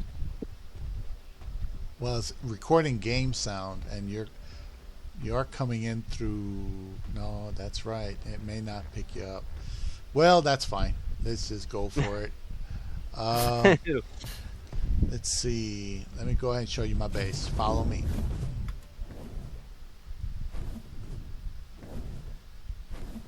Yeah, I was seriously considering just making this the main base, and because it has potential for expansion. Well, Val is like one of the prettiest maps in my opinion. I really like Val. It really looks good. Yeah, I know. I have to agree. When we first came here, when it first came out, Cowdog and I went over there in Domination, and we went out and found a nice spot by a waterfall. Because she really likes waterfalls. I think they're cool too. And it was just so nice. I played on a PvP map, Valguero. And I found some nice places to hide too. Well, yeah, because this map is just the little creeks and corners in this map are kind of out there when you find them. Here's my boys here. This is my base. Can land here. I got like 4 trough circles out. So what I do is I make a circle of aloes, and I put the male or whatever in the center, and that's how I organize, and I just walk them around and let them, knock up all the ladies. Yeah, because that is like the easiest way, just to get them all surrounded by the one, or the male all surrounded, and then it breeds them all at the same time. Yeah. Oh, you want to go out again, baby? Oh, my cat wants me to put her out. I'll be right back. 1 second. Oh, go ahead. Go ahead.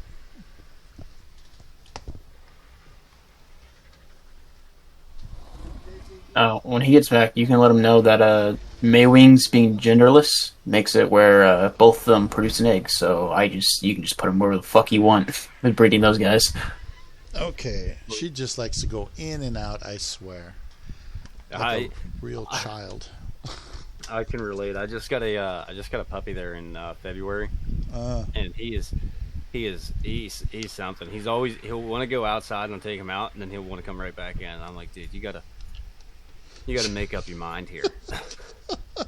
Oh, my black cat, man, she'll go in and out like 5 minutes later, and it just drives me crazy. After a while, I started denying her because I'm working. I work from home right now, and I don't want to have to get up every 5 minutes when I'm on a call. Yeah, that would make it. That would make it really hard, especially if you're on a call. Then you have to get up and then go out there and try to do both things at one time.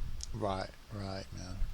So anyway, the purpose of this is originally this was going to be like easy access. I put like all the practical stuff down here when I get started, and then up here I have you just climb up, and this is going to be where all the cryo units are.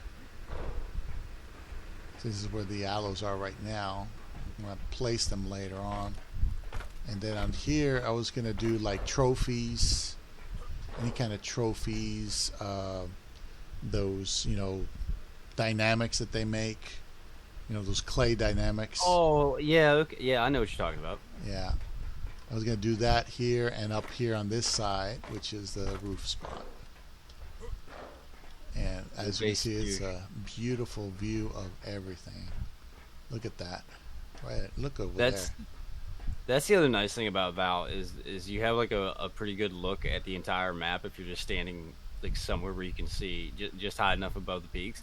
Yeah. Whereas like on Rag, it's so massive you can't see the entire map. Right. So like down there to the left behind your bird, those are all air conditioners. So I'm ready to just drop all the eggs there, and then pick out the next mutation level, and then can the rest. And that's how I'm going to do it. Just automated, just go over there, dump all the eggs, and just wait them out. Unfortunately, I don't have that thing that cooks them down to a minute. I wish I did. It would make my life a lot easier. But, it would be much easier. Just to let you know, if you ever decide to breed Maywings, the ones I was breeding, they're all genderless, so each and every single one of them can lay an egg. Oh, wow. Yeah, but I say, you can have two of them, both of them will lay an egg. They'll act as the father and mother of the egg. That's great. Yeah. Since they're considered genderless, but you can still breed them, so literally all that entire group you saw I had, I have them all on mating, and every single one of them will lay an egg. Oh, wow. Cool. Yep. So it's super easy to breed them that way, since you don't have to worry about male or female. Yeah. Those birds down there, the ones called Warrior, they're the ones that helped me defeat the beta manticore. I brought them here to heal them up, and sure enough, another baby wants to go out. I got several cats. I don't have one. I got 6 or 7 running around. I have 3 dogs. Get him out of here. Poor guy. I'll be right back. Okay, man. I'm gonna tell you, Colby, if we ever do move bases, we should definitely go to Val, because Val's nice. Val is nice. If we move bases, it would be more of a strategic move than anything. One thing particularly that I wish we had a little bit more of, or at least access to, was a more condensed metal area. Unfortunately, the one in Ragnarok, while it's there, using a Magmasaur, it's slow as fuck since I have to move such a distance to get to each rock.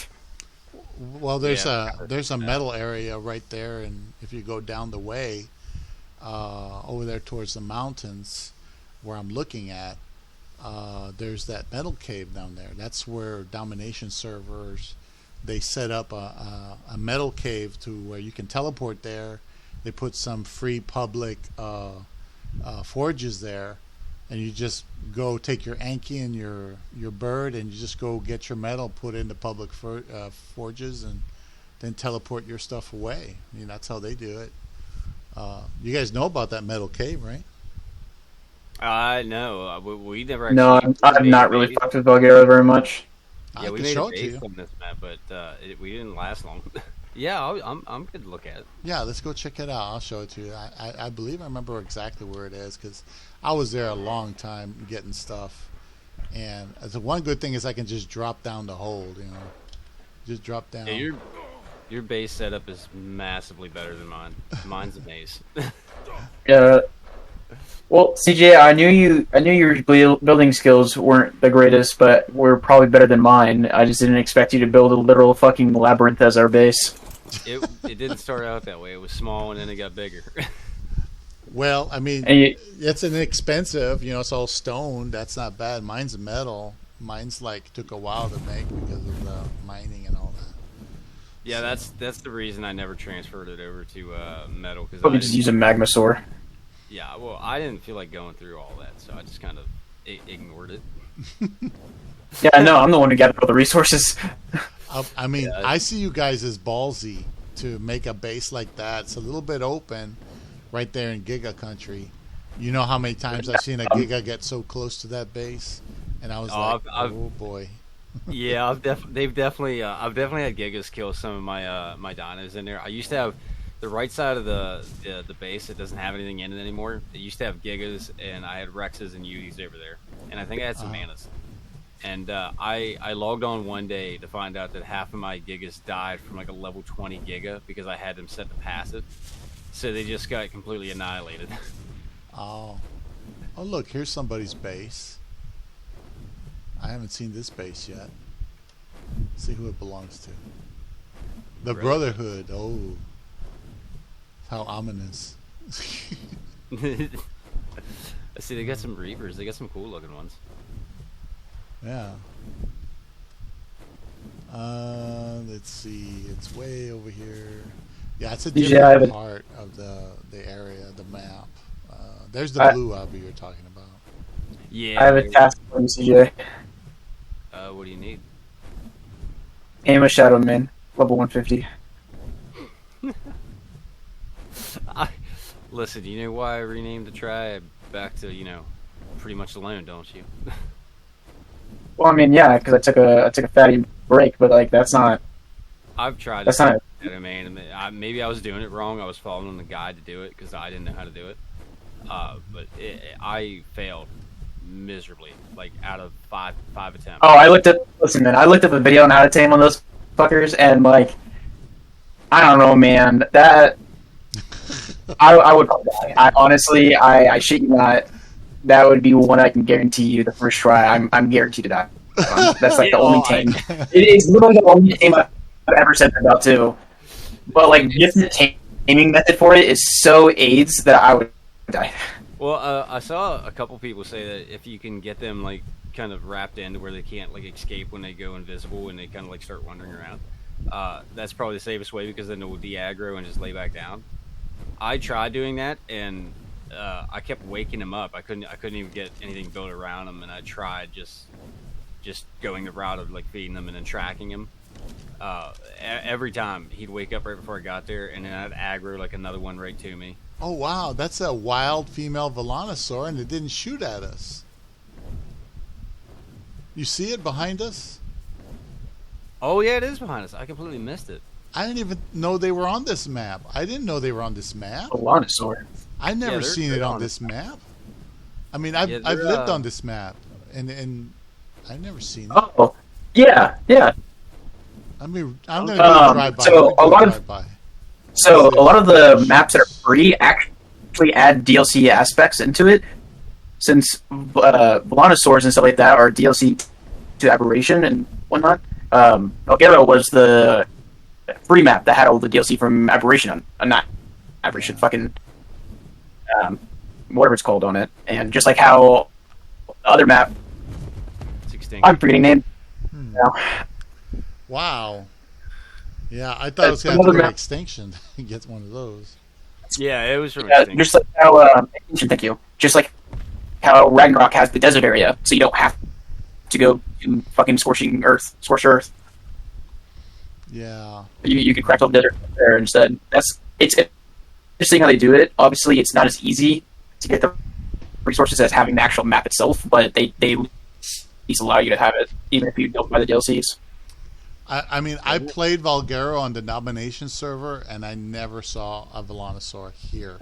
I would come here for the CP, because there's beavers that have CP here, and there's the metal cave, and that's why I would come to this specific area, and I never once saw a Velonosaur. I mean, I think I would have shit my pants if I saw a Velonosaur. And I have seen one right there. I can't believe it. It's not, to me, that's still out of place, even though you're saying what you're saying. It still seems out of place because I just never seen it here. I mean, I don't know where that came from.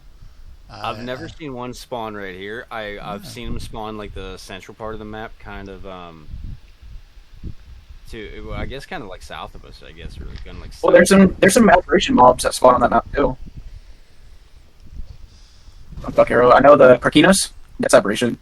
Underneath. Oh, yeah. You mean on the ones underground in the little aberration type of cave in that area. Yeah, I know about that.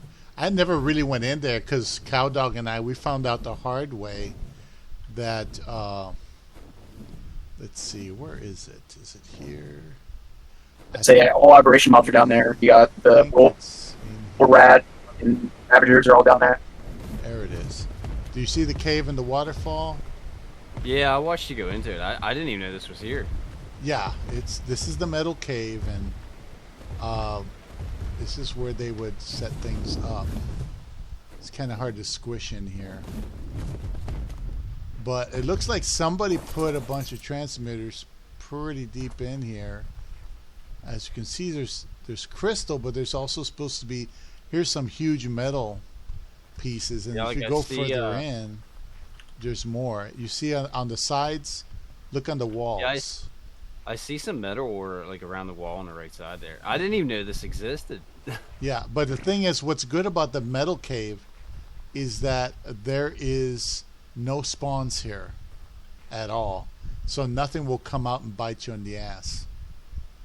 Oh, thank God. That's usually the worst thing when you're getting resources is if you're not paying attention. That's about the time it happens. I wonder whose teleporter this is. What's this? I saw somebody's teleporter in their skiff. But Yeah. I don't know whose it was. I didn't go look either. Why is this thing floating? Fireborn? Oh, I've heard of them. Yeah. Oh, see? he's got it. He placed it on this. Are you serious? He put it on that little piece. Oh man. Placed it on. That's funny, dude. You gotta admit that's kind of funny. I never do that. I would be like paranoid to do that, but I can see why he did it. To have less foundations in the area. That's why he did it. Yeah, that way it doesn't like impede on anybody. Right. See, there's a over here. There's a bunch of nodes right here next to it. So if he puts foundations down, they'll disappear. So that was smart. Where exactly did you find the Velonosaur? Oh, it's out there where we came in from. You know where the what was the biome that was in? It was over there. Is like, let's see. Well, I'll just tell you our chords because that's right about where it's at. Yeah. 30 degrees by 9. Okay, what's the biome? Oh, but I don't know what biome it's called. It's where the beavers are. The beaver dams. Going towards like redwood. Okay. Yeah.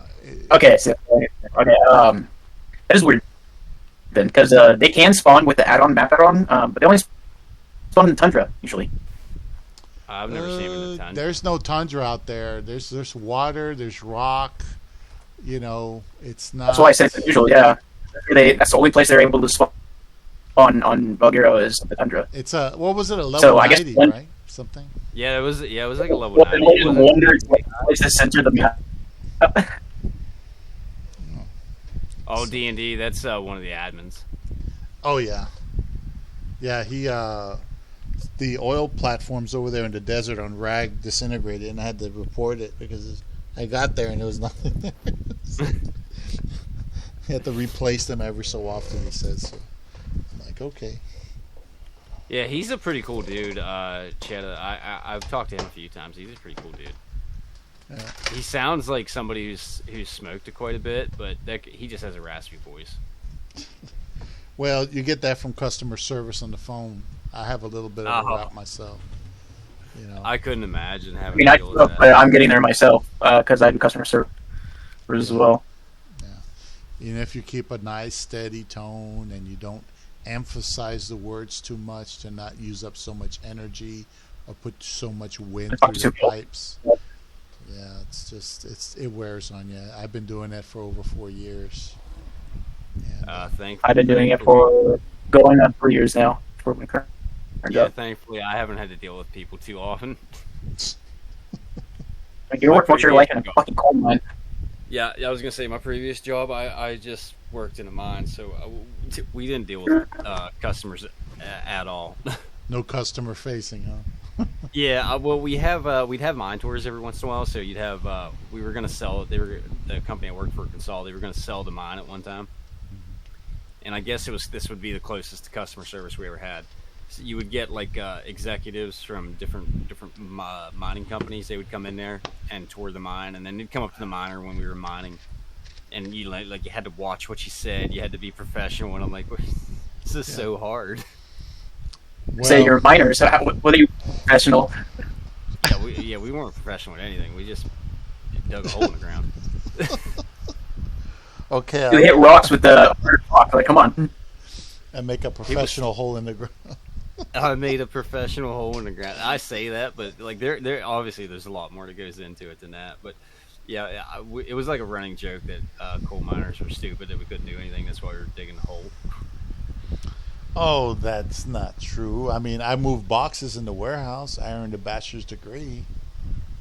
You know, after I earned a degree, I moved boxes, and over there in Michigan, I tried Michigan for about 3-4 months, and I was running the industrial equipment back there. You know, what are they called, spot welders and those punchers. They punch metal parts out of sheet steel. Oh yeah.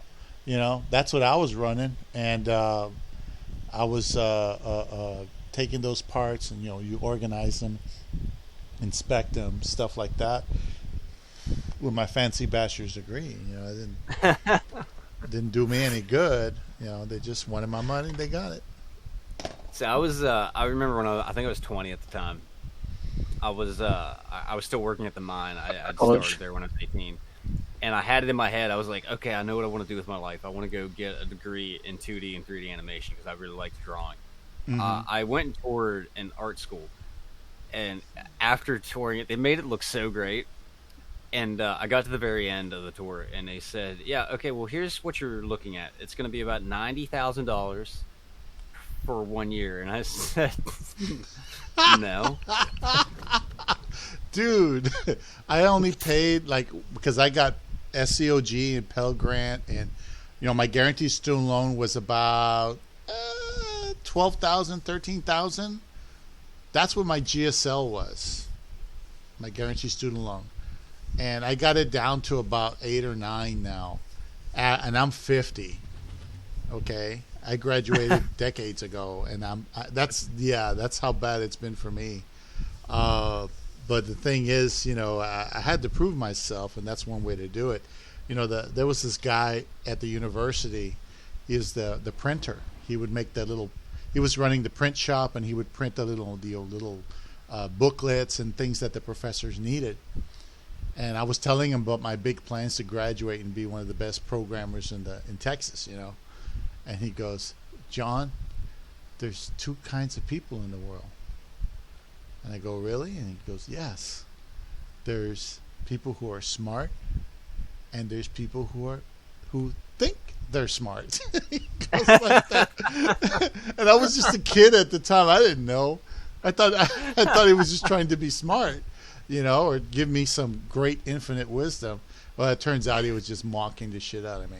But he was right. It's all politics. It's not what you know, it's who you know, and whether or not they believe in your ability and things like that. It's nothing else. That was a lot of it at the mine. It really wasn't because I learned everything I could possibly learn working underground, and it really wasn't about what I knew. Because I was really good at a lot of different jobs because I had a lot of time to work with them, and it was really about who you knew. whether or not you were going to progress. See, CJ, now for me personally, I learned a lot from doing a lot of different types of drugs. Colby, you know, we would have called you underground. We would have told you that you wore out more than one set of knee pads. No, listen, I've worked in factories and stuff like that. I'm good. I'm not about my life. Yeah. I'm just thankful I have a sit-down job at this age. 50 years. I'm not 50 yet. I'm 28 now. I know working at the mine, 'cause I did quit when I was 26, and it was hard. I started feeling older when I came home, because that work it didn't bother me for a long time, but the older I got, the more demanding the work got. And I don't know if it was just the work or like I had a torn rotator cuff from bolting. I had a piece of metal shear off of a piece of equipment we had, and there was a piece of inch thick steel, and it broke off and it hit me in the shin. Oh wow! I had that went right to the bone, and I went to the hospital, and there wasn't anything. They couldn't sew it up because it was just a gash going right to my bone, and the rest of the flesh is kind of like pushed away from it. Then I had they always tell you about roof falls, but the one thing I always thought was like under like thought about was the ribs, which is like your walls. So if your coal seam just takes like a massive dip, your ribs just get completely horrible when they start blowing out on you. So if you're trying to bolt that and you've got your back facing to it, and then all it takes is half a second down there, and then the rib blows out on you and it hits you in your back of your legs. I've had it. I almost had my pelvis crushed by a rock that fell out of the rib. There was this big, massive piece of, it wasn't slate, it was actual rock, just compressed rock between the coal seam. And yeah, that work started to wear on my body after a while, because I was coming home and I was starting to feel old. Yeah. And I said, I'm not old. I shouldn't feel this way. And there's guys down there that like they love it. And I said, no, I'm good. I'll go get something else that makes me feel better. Yeah, that's how it was. Because for me, it was. I remember this. I was the first, so I worked in basically a smeltery, and pretty much we just molded a bunch of different parts and whatnot. And I would be the one that threw the metal in the back, scrap metal bars, make sure the metal had the right quantity of whatever alloy I needed, all that kind of shit. And technically, I'm only supposed to have 4 furnaces to myself, and then it's supposed to be another 4 furnaces. Well, I had 5 furnaces one night, so they signed one extra guy with me and whatnot, and he was from a different building, so I didn't really know him too well. But I told him what was like the furnaces, if there's anything. There was this one that had not been properly cleaned at all throughout its entire life. That shit was hard stuck inside of it, so that made the molten metal come back a little bit farther than it should have. Told the guy this. I said, don't chuck shit in there unless you want molten metal in your face. Just kind of set it and then push it, and then just set something in front of that, push it, and keep on going until it's all full. And he told me, okay, we get to that furnace, we're both there, and we start chucking stuff in. More, not really chucking, but for me, I was setting and whatnot, so I was pretty close to the furnace, so I could set stuff down and whatnot. Motherfucker decides that he's gonna find the heaviest piece of scrap in that bin and chuck that shit in there. I had molten metal all over my shirt. Now, we wore like thick, long sleeve wool shirts and stuff like that. I had holes everywhere in that shirt because of me trying to get the fucking molten metal off my shirt and stuff. I had burns on my arm and stuff from him doing that. Wow. It was terrible. Yeah, I hated that job, and like I think I got hurt on that. There were so many injuries in that place, dude. It was terrible. And then it. Yeah, dude, I'm over here walking in steel-toed boots, all this other shit, weighted down at this hot factory. I'm walking at least 10, 15 miles a night, going back and forth from furnaces, lifting upwards to, I think, 120 pounds was about the heaviest thing I had to lift there for throwing it in the back of a furnace. So I had to have the strength to do that. So multiple nights I would come home and just be sore out of my goddamn mind. So, and after that, I realized, okay, physical labor like this, not my shit. Yeah, it's crazy. It's a crazy world, and the reason why there's so much nepotism and things like that is simply because they want to keep the good jobs in the family. They want to keep the business in the family. Over there, I was raised mostly in Laredo, Texas, which is in South Texas, on the border. And my friend Ultiquio, he used to work for Whataburger, and he tells me they had a Whataburger. I forgot what number it was, but they all the employees had the same last name. And the corporate had to go in there and break it up because they were relatives hiring each other. They all had the same last name, and that's how bad it could get. And it's like, wow. I mean, I understand doing a favor, but that's a little far, with the whole family. Yeah, that's running replacing that's replacing everybody in upper management with just family members. That's kind of how I felt about the mine. It was a lot of it was your last name, and a lot of it was like fifth and sixth generation miners. These are people whose dads, granddads, great granddads had all been miners, and those were the guys that were all your superintendents and stuff. And I was like, I'm just gonna stay down here and do my thing. I don't care. I go home with a paycheck. Yeah, for the factory job I worked in, there was no real politics that way for like family or names or anything like that. There was just two types of people that worked there, and most people classified it just these two types. You had the workers that might have done drugs, who knows, and you got the meth heads. Unfortunately, where I worked, a lot of people that were on probation from meth charges were working there while on probation, and lo and behold, they were still doing meth. Yeah, it's dangerous. I never liked drugs. I never liked drugs since I was a kid. There's this old commercial. You guys may not know about it. It's they get this skillet that's hot, and they throw an egg on it. The egg starts to boil and crackle, and they go, the skillet's your brain, and then the egg is your brain on drugs. That shocked me for a long time, But I never really liked drugs at all, and it's ironic because now I have to take metformin and Alluvia for my diabetes. It's just funny. Yeah. Yeah. Like I said, I tried a lot of drugs, and that's the thing. For me, it's more just like a one and done deal. I tried it, done it, whatever. At that point, I don't have to do it again. The only thing I think I've ever consistently done was smoke weed. Other than that, I've literally never done anything else twice. Uh-huh. Yeah, because I have weed a long time ago. Huh? Yeah, they offered me weed. My cousins, they offered me weed. We went out driving. Yeah, I mean it's not for everybody. Yeah, I didn't like it. I didn't even try it because I was when I was a kid. I had asthma, and I'm very sensitive to any kind of smoke. I gave up D&D games in person because all the mature people, the players, they show up and they're puffing away. They're puffing away, and there's a guy that he sounds like you're saying, like he smoked too many. I mean, this guy, you could tell, he's. Oh yeah, he's got that smoker's rasp going on. Yeah, real bad, and he's the one running the game. He's the dungeon master.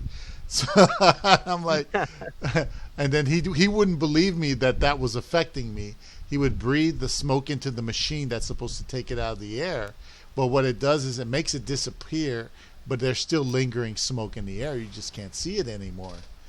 And I told him I couldn't handle it. It was too much, and that was his house, so he wasn't going to stop smoking. And so he just decided to ignore me. But the truth is, I had to give up on that sort of thing. And then I tried D&D Encounters, which is the watered down, play as you go. They have all the modules planned out.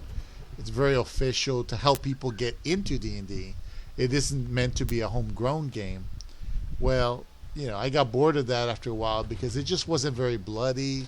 They were following a script to the T, and you couldn't deviate.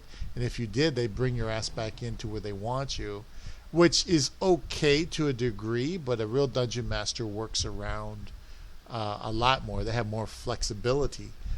In this thing, they had to follow the script. So I was like, nah, this is just more boring, and we're not really doing anything. I used to have dungeon masters that didn't smoke and were very enthusiastic, but some of these guys, they don't want to have a homegrown game. They just want to do that to kind of. It's almost like they're trying to contribute to society or something, trying to get people into the game. Trying to contribute. To promote the game, which is cool. Some guys get kickbacks for that, but the thing is that it gets kind of boring. You're not playing the game. The dungeon master's not playing the game.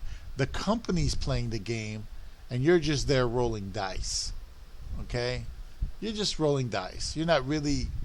You don't have free will, free choices, because they're going to force you to stay along the script. I never believed in anything but ad hoc D&D. Play as you go. It makes it more interesting. That should be the way of it, because I mean that's sticking to it the entire time would be extremely not just boring, but what's the point of playing the game if you're not really playing the game? Yeah, you're not really in control. Right. You can't make a decision. I mean, what if I tell the dungeon master, okay, I'm going to spend the next 2 weeks training on the sling or whatever, learning how to do a sling. They don't have an allowance for that, really. They have like your day job. They call it your day job. So like you could be a baker and an adventurer, that sort of thing. You could be a baker when your day job, or a librarian or whatever, and a mage, magic user, when you're on mission, when you're on a quest. And I guess that's okay. Yeah, it's your day job, but be a side street prostitute. Yeah, you could do my day job. There's more into it than that. There's people that want to make their own magic spells. There's people that want to really do heavy research, and that game just doesn't go there. It just doesn't allow for that sort of thing. So yeah, that's why I just played Magic the Gathering. Oh, Magic the Gathering. Yeah, I did that when the cards were cheaper. Yeah, some of the other cards, some of the good cards or older cards and whatnot are kind of expensive, but I mean, honestly, I don't spend too much. I usually play a game called Commander, so pretty much what it is that you have one legendary creature as your commander. Now, in your deck is 100 cards, or 99 plus your commander, and then you can only have the same colors in your deck as your commander, and then you can only have one copy of a card in your deck. So you can't have two copies of the same card. Every card is unique. You could probably have a clone, though. I mean, you can have something that clones it, but like you can't, like, say fucking Soul Ring. You can't have two Soul Rings in there. You can only have one. Oh yeah. And same thing with anything else, or like creatures and whatnot. You can only have one. Say you have a goblin. You can only have that one goblin, unless it has a different name, technically. But with that, it makes it really fun because your commander stays out of your deck. Your commander goes in the command zone, and you can play it at its original cost and whatnot. And then every time it dies, it doesn't go back into your deck. It goes back in the command zone. It's just every time it dies, it costs 2 more to play, 2 more mana.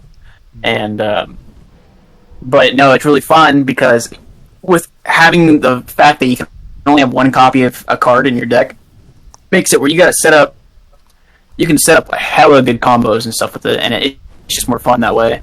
As usually you're playing, 3 to 4 players at once in a game, and one guy could have a completely opposite type of deck than you, and he gets countered by some other dude, and it's fun because then you can, if you really want to, if you know the friend group well enough, you can add politics to it. So you can make like a little alliance in the game to like, hey, let's attack this guy first or something like that. So that's why I play that. It gives you options, and then like I said, you can create your deck however you want. Like I have a deck that literally focuses on me drawing myself out, and you're just winning the game for having no cards in my deck.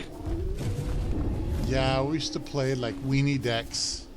Weenie decks is a weenie deck. Oh yeah. Like little 1/1 like skeletons or whatever, dumb little things. Fucking. Yeah, just anything. Zoo deck. That's what. Yeah, just cheap little common cards that people throw away, pretty much, and like you'll let this. I forgot what the green colors are. They're like just a 1/1 creature, and then you stream of life or whatever, or you. I forgot what the number. It's been so long, but you give it a boost, you give it a buff, and that's how you do it. And you know, one guy. Yeah. I paid this guy like a few bucks to make me a deck when I was really green, and then they killed the Velonosaur, dude. The mammoths killed the Velonosaur. Oh, did they? Yeah, they just did it right now, and I'm like, and then RG cleaned up the mess. I was gonna say, there's usually, I believe it's like over this way. It'd be towards your right. I think is where I usually found these things. Let's see. I don't see you. You're out here with me. Yeah, I came out. I saw you a second ago. I'll come back to you. Okay. Yeah, I died right here with the mammoths. It just ganged up on it. I killed one mammoth to protect it, and then the other ones had in on it. It just wasn't having no part of that. I'm behind you right here. I see. Yeah, usually it's whenever I see them, they're like over this way. Oh. Yeah, I've never seen them. I swear. I played PvP on this freaking map, and I never saw Velonosaur here. I came to get CP every damn time, and I just... Let's see, where'd you go? Oh, there you are. I see you. Oh, there's a yellow drop. Oh. I'm eyeballing up this pink Yeti. I wish he was higher level, though. Let me try to get this yellow drop without pissing off the wolves too much. I'll watch for you. There we go. I got it. Quick and easy. Oh, let me show you a good spot. We're going in the right direction. I'm going to show you a good spot where PvP if you ever want to hide on this map. It's so cool too. It's like a little cave. Oh, here's another one, dude. I can't believe it. Yeah. It just can't be. It's a 140, dude. Yeah, PvP in Ark is fun to watch, but honestly, it is so AIDS to play. Wow. I know if I try to pick that thing up. You saw it, right? Yeah, it's right there. I never there's that seen 140. it. Man, if I had seen those here when I was playing way back in the day here, I would have tamed up all of them. Why? It's because they never used to spawn on that map. Let me get the purple. It was added. It wasn't a thing when the map came out. You know, the only reason. Oh, go ahead. I was just gonna say that the good thing about the Twisted is that you get high armor on your saddles and high percentages on your attacks for your items. Over there in Domination, Ascended is like 100 points. You know. Yeah, that's why I like Twisted. I mean, I used to play the fuck on the server, and then I stopped playing because I was the only one playing, and then I got Rockhound here playing, and then he played. He's the only. You've already said it about 3,000 times. It's fine. Okay, so yeah, I got Dumbass here to play with me, and kidding, CJ. No, I got you to play with me and everything, and you know, for a while there, we were both playing. We tried to get some other people to play, and it was just me and you. And then after a while, you know, I got a little bored and busy with life, and so I stopped playing. And then you kept bitching to me that I was gone for a year. Let me show you that spot. Come over here, check it out. Hey, let me eyeball up this. What? The Uti's 95. Oh, you're still trying to get a good Uti? Yeah, I had a really good Christmas one. It was like I think after I tamed it, it was like level 225 or 250, something like that. It's at 95. And, yeah, he's not where I wanted. Yeah. But he died on me. I ignored him for too long. Okay, but I'm following you. Oh, okay. Yeah, it's down this beach. This is where I started over. I tell you, what you're about to see, can you imagine it? Full of metal parts a bunch of guns everywhere, every direction I could think of. And people, like, there was this guy on a pterodon passing by, and he accidentally got hit.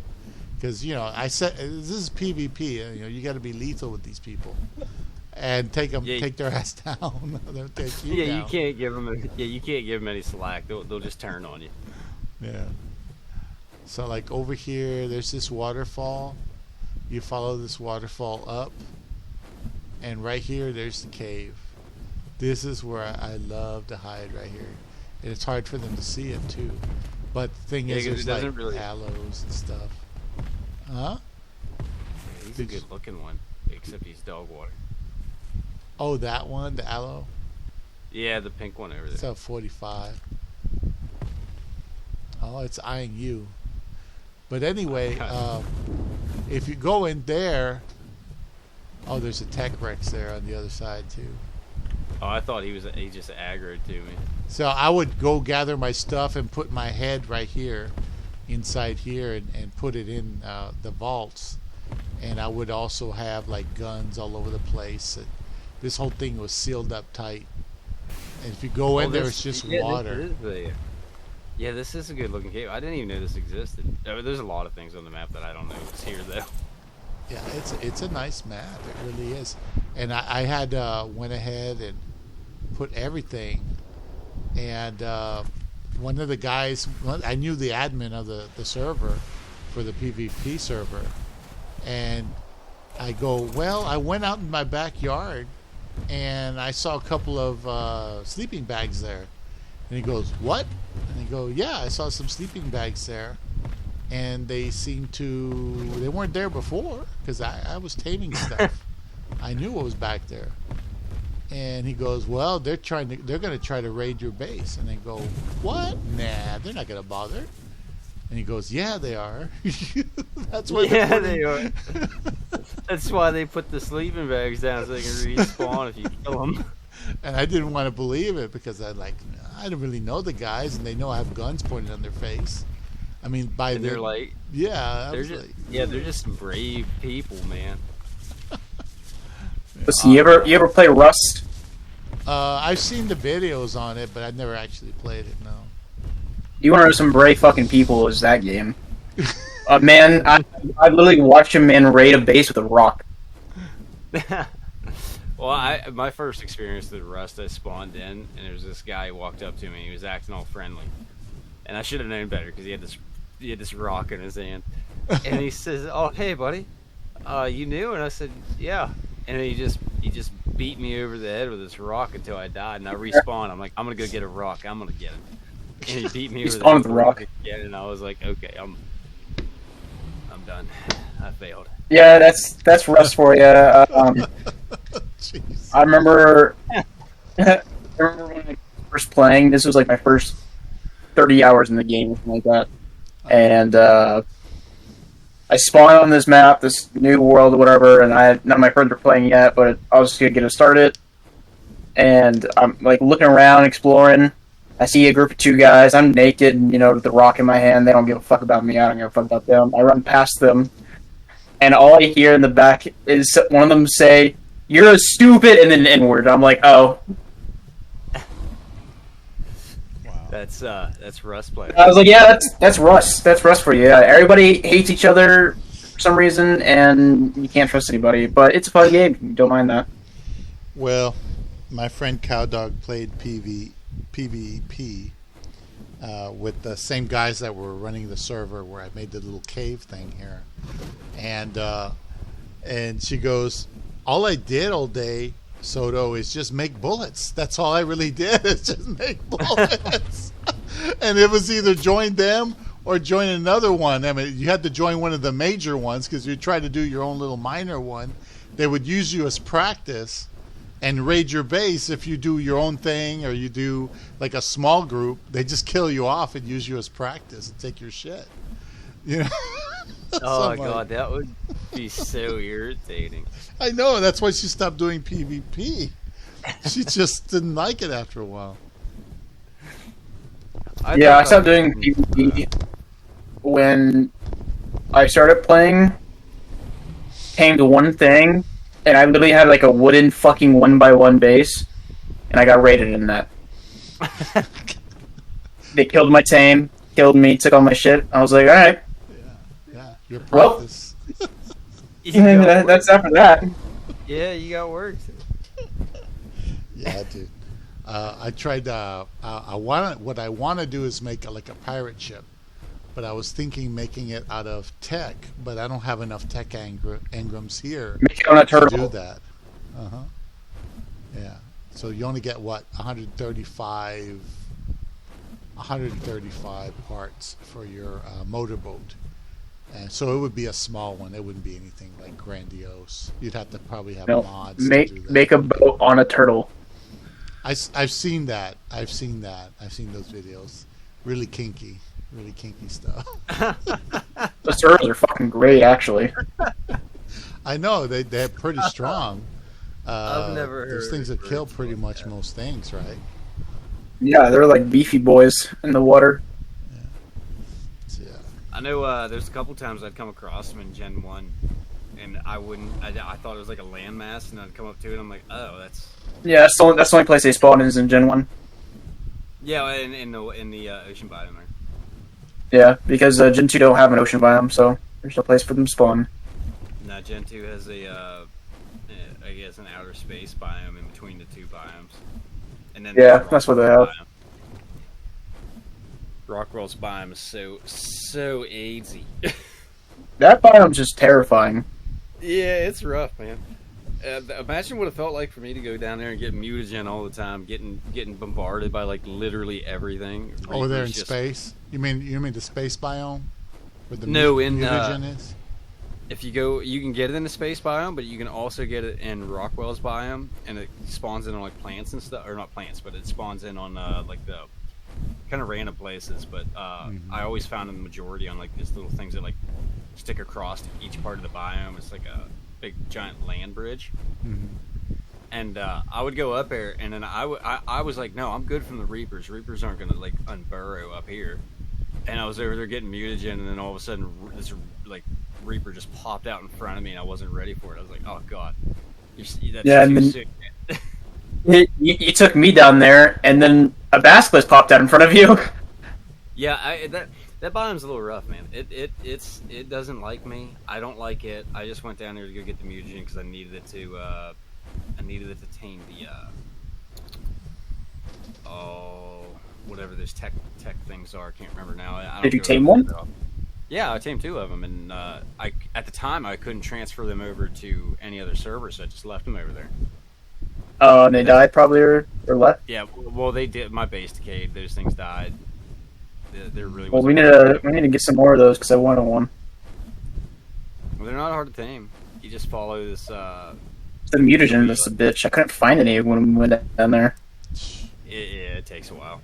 Yeah, one guy gave me like I don't know how many hundred mutagen as a gift for going to an event over there in Domination. And it was an admin. Oh my! He just gave it to Oh me. my! I was gonna say the I amount don't even know how to put use in. it. I just had it there, but then I left and I lost all my shit. I gave most of the animals away. Some of them got claimed, but I lost everything. So I lost including that mutagen. But I let people know where it is. I don't like wasting resources, especially in PvE. I don't like building up a base and then nobody benefits from it and you wind up leaving. So I try to announce it and I tell everybody where the coordinates are so that they can try to get the stuff. So I'm sure somebody got it. I mean, if my buddy here didn't start playing Ark again, I was getting ready to just give our base away because we weren't playing that often. Oh hey, it's a server message.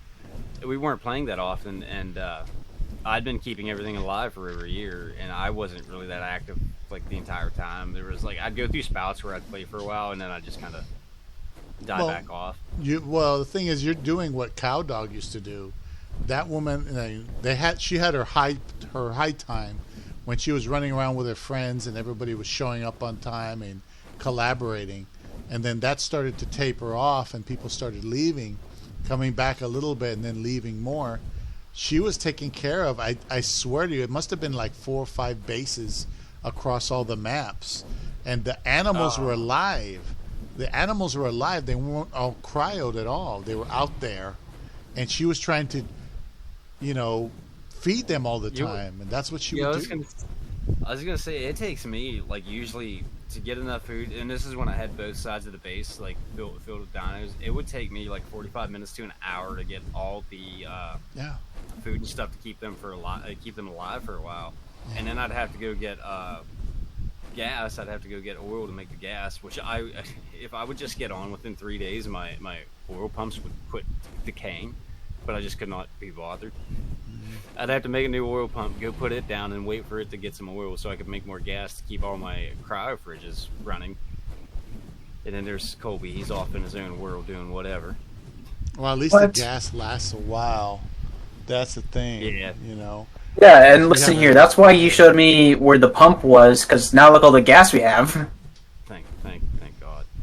No. I know. I did learn. I didn't know this, but if you run out of gas in your cryo fridges, and you don't have anything to power them, if you put gas back in, I don't know if like everybody knows this, I just kind of found it, but if you put gas back in the generator and then turn it back on before you open a cryo fridge, and then you go open a cryo fridge, say your cryo fridge has been off for like 14 days, so your cryo tube should be, or your cryopod should be down like by 14 days, so instead of being 30, they'd be 16 days. If you put the gas back in there, they still retain that 30-day cooldown time, so they haven't decayed at all. That's what I did with ours, because while I was making all that gas, I was going in there and I was like, wait, why is everything off? And I looked and we actually ran out of gas in the base. Yeah, we didn't have that much. And that's when I put that whole entire 1,000 stack of gas in there, because I was like, let's not run out for a while again. You guys gonna be on for like 10 or 15 more minutes? I gotta go take my dog out. I know he's. I'll be on, yeah. Yeah, you want to go park your mount on my base over there? Yeah, that way, because I was either gonna have to do that or just log out so nothing comes over there and kills me while I'm. Yeah, I didn't want to do that. Yeah, I put all those foundations down so nothing spawns in the base, because I tell you, just Cal used to say, well, if your tames die, then they were weak and they deserve to die. If something they spawns, deserve to die. Yeah, they deserve to die because they were weak. And I'm like, really? Thank you. Yeah, I don't know about that. I mean, I've had high level tames die to like low level things because I had them on passive, and they were just biting them over the wall. Which the stone fence there is high enough that a Giga can't get over top of it, but if they just walk up to it, they can just attack whatever's on the other side of the wall. They just can't go through the wall. I see. Oh, there you go. Well, we keep all our important shit in cryopods. Yeah, that's why the rest of my good Gigas are still in the cryopods, and I just don't take them out. That's why I'm leaving all those Maywings out there, because if some of them die, they die. None of them has any mutations at all or anything, so I'm not really attached to any of them. Right now, it's just pure breeding force. You're just having fun breeding. I did that with all these ice wyverns when I got all the Valentine's colors. Yeah, because I was so excited about that. This base right here is Twisted Network base. Oh yeah, this base has been here forever. And it was here when I started on the server. Yeah. Oh yeah, it's called Twisted Server, right? The Twisted faction or whatever. Twisted Network. Oh, it looks like Twisted Network. Yeah. It looks like yeah. Actually, I've only met one person on that in that fucking clan or whatever, or tribe, and they were pretty cool. I mean, it was some random dude, but I think a lot of the staff are in that tribe, and then there's also some other friends of staff and shit like that in there that just kind of fuck around, not serious at all. But they've kept all their shit still alive. Like any of the maps that they have any bases in, all of it's still there. Huh. Yeah, they keep their stuff together. I'll be right back. I gotta go take him out real fast. Alrighty. Okay. I gotta feed my babies. I am killing cows in RuneScape. Oh. I never played RuneScape. It's alright. Skyrim was my thing. Yeah. You want a second job? Play RuneScape. No, thanks. I need to start making some money on the side, that's for sure. They're going to cancel the work from home projects pretty soon with the way things are going. Because towards the end of my project, I'm supposed to get another project to keep me employed. And they offered me a project, and then she comes back and says, it's not work from home, it's on site. And I go, what? Right. And I just played around with her a little bit because there's no way I want to do it if it's not work from home. You know how awesome work from home is. I get to be with my babies all day. Well, I want to give that up and save gas. And now I had to move. Something happened and I had to move to a different apartment, and this apartment is like far away from everything. So there's there's no advantage to not working from home anymore unless I find another job in the area. I hope I don't have to tell them no, but I may have to tell them that I can't do it because it's just too much going all the way over there. Because I used to live closer, and I'm getting the same amount of money. It's nothing advantageous, and the thing is, they don't really pay me a lot, so it's not like I'm super obligated to anybody over there. But Right. yeah, it might be just better and easier to find something else closer to home, or something that's innately work from home, as opposed to going over there and fooling around with those guys. So, but I thoroughly have enjoyed work from home. I really have. I mean, yeah, that's understandable. I would too, but unfortunately I don't. I work in a pawn and gun shop, so A gun shop? Is that what you said? yeah. Oh, cool. Guns. I used to like guns, but they're just too expensive for me. I just even the bullets are too expensive, and I never used to. Yeah, go around I'm not- much. Funny enough, I'm actually not a huge gun person. I mean, I own my own and stuff like that, and I could say I'm an advocate for them, as in I feel like most people should own them, but obviously not everybody's comfortable with them, so I understand also. But for me, it's more just it's something I like doing. I like seeing all the weird different firearms people get and that come through our shop and whatnot. So I mean, it's just entertaining, I guess, until the ATF shows up. That happened. Oh, somebody was buying a little too much of the good stuff. No, they random audit. Oh, really? Yeah. So the ATF is able to just walk in any gun store and be like, "Hey, we're auditing you," and you just gotta be like, "Okay." Wow. Yep. They were there for 3 fucking days. That actually just happened. Like, literally today was the first day they were not there. Oh, man.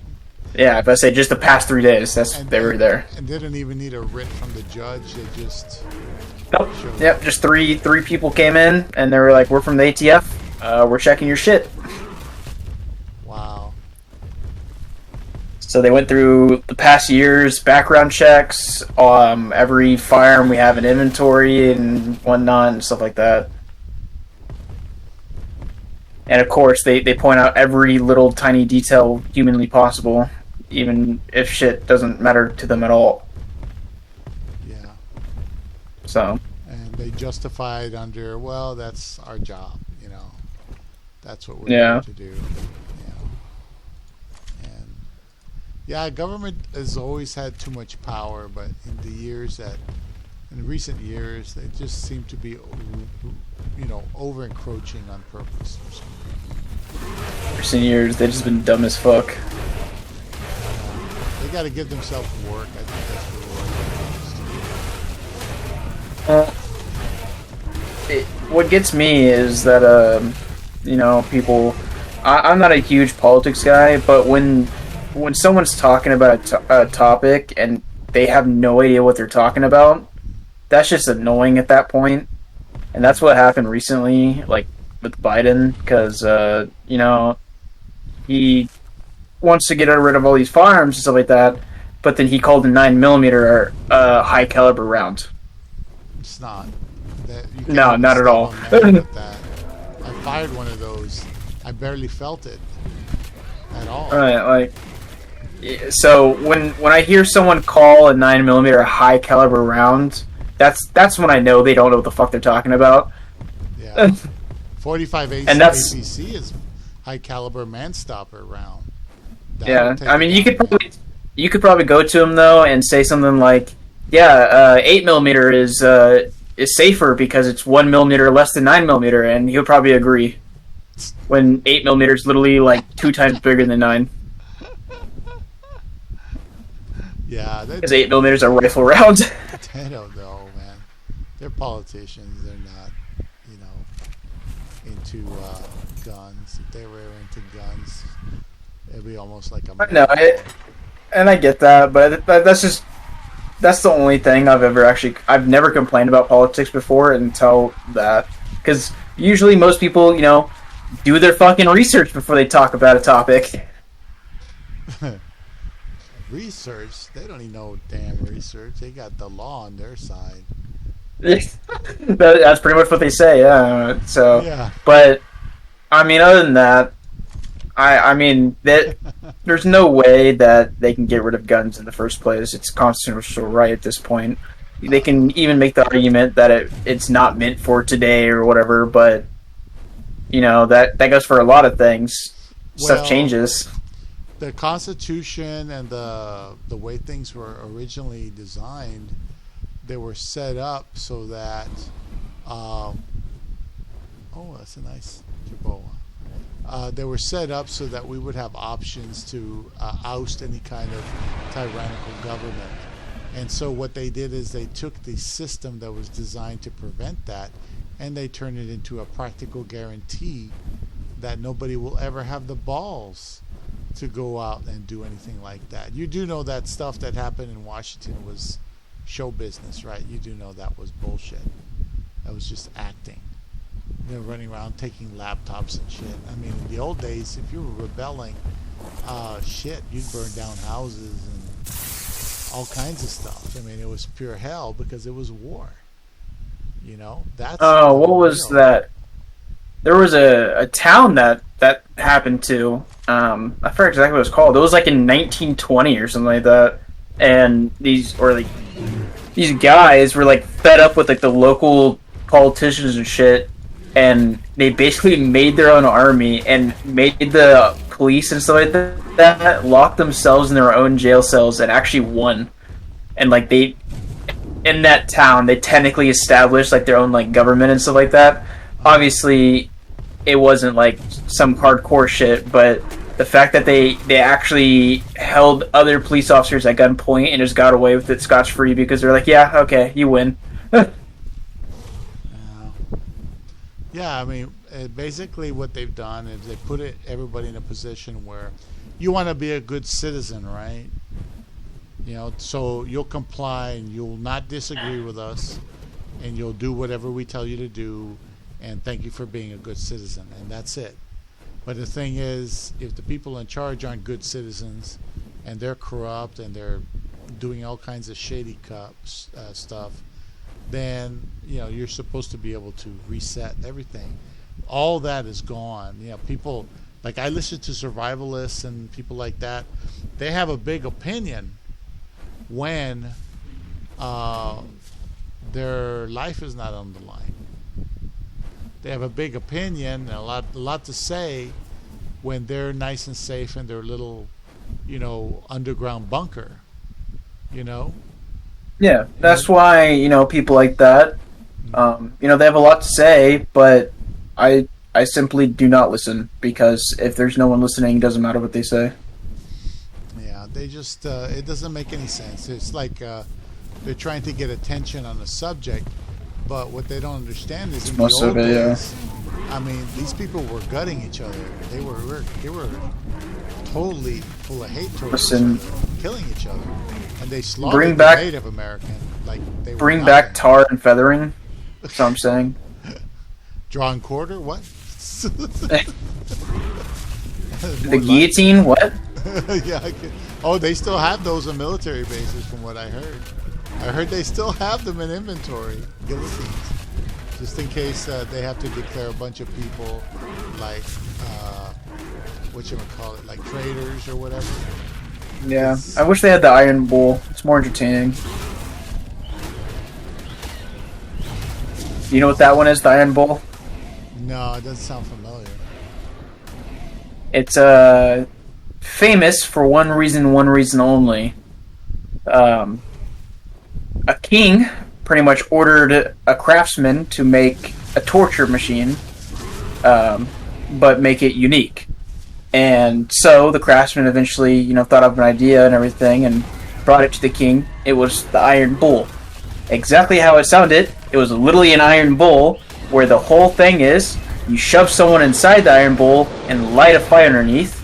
When that person basically is going to die, the iron bowl, a bunch of smoke will come out of its nose and make the sound of a bull. That was the idea of it.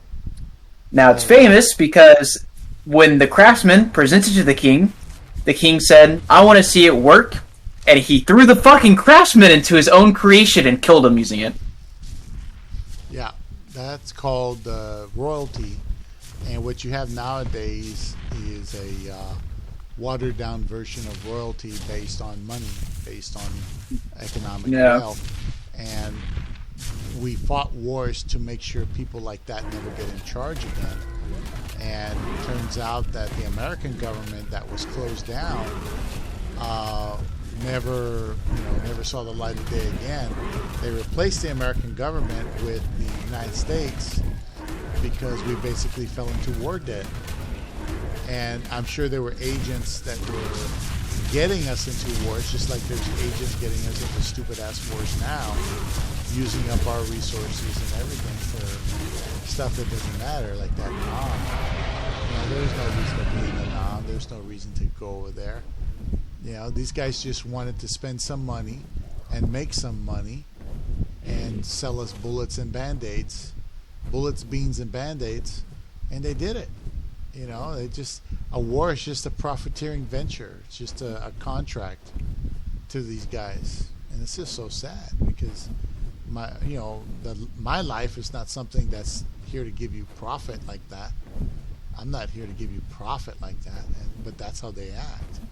Like we're just here to be sacrificial lambs of their wars. It's just crazy. It's just layers and layers of crazy.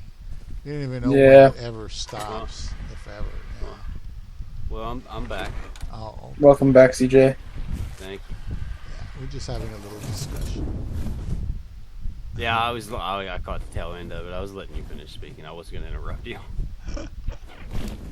I mean, we started talking about how, I told him that you're gay and that it's okay and that you had a hard time telling your parents and whatnot. Yeah, No judgment. as long as you love yourself. You love yourself, it's okay. I am. I'm not gay. I'm straight, but I'm single, and I have no intention of being in a relationship anytime soon. Oh, really? How Yeah, old he's are you? waiting until 35 for me. How old are you? Yeah, I'm 28. Oh, that's not bad. I remember being 29. I don't know about 28. But 23.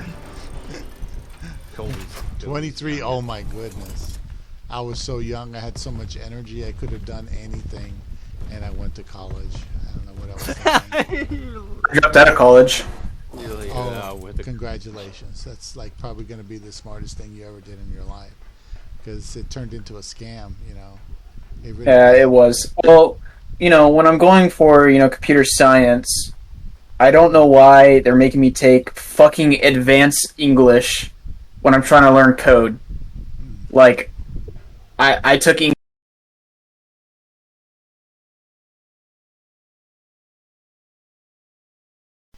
Oh, I'm here to learn a trade, not more English.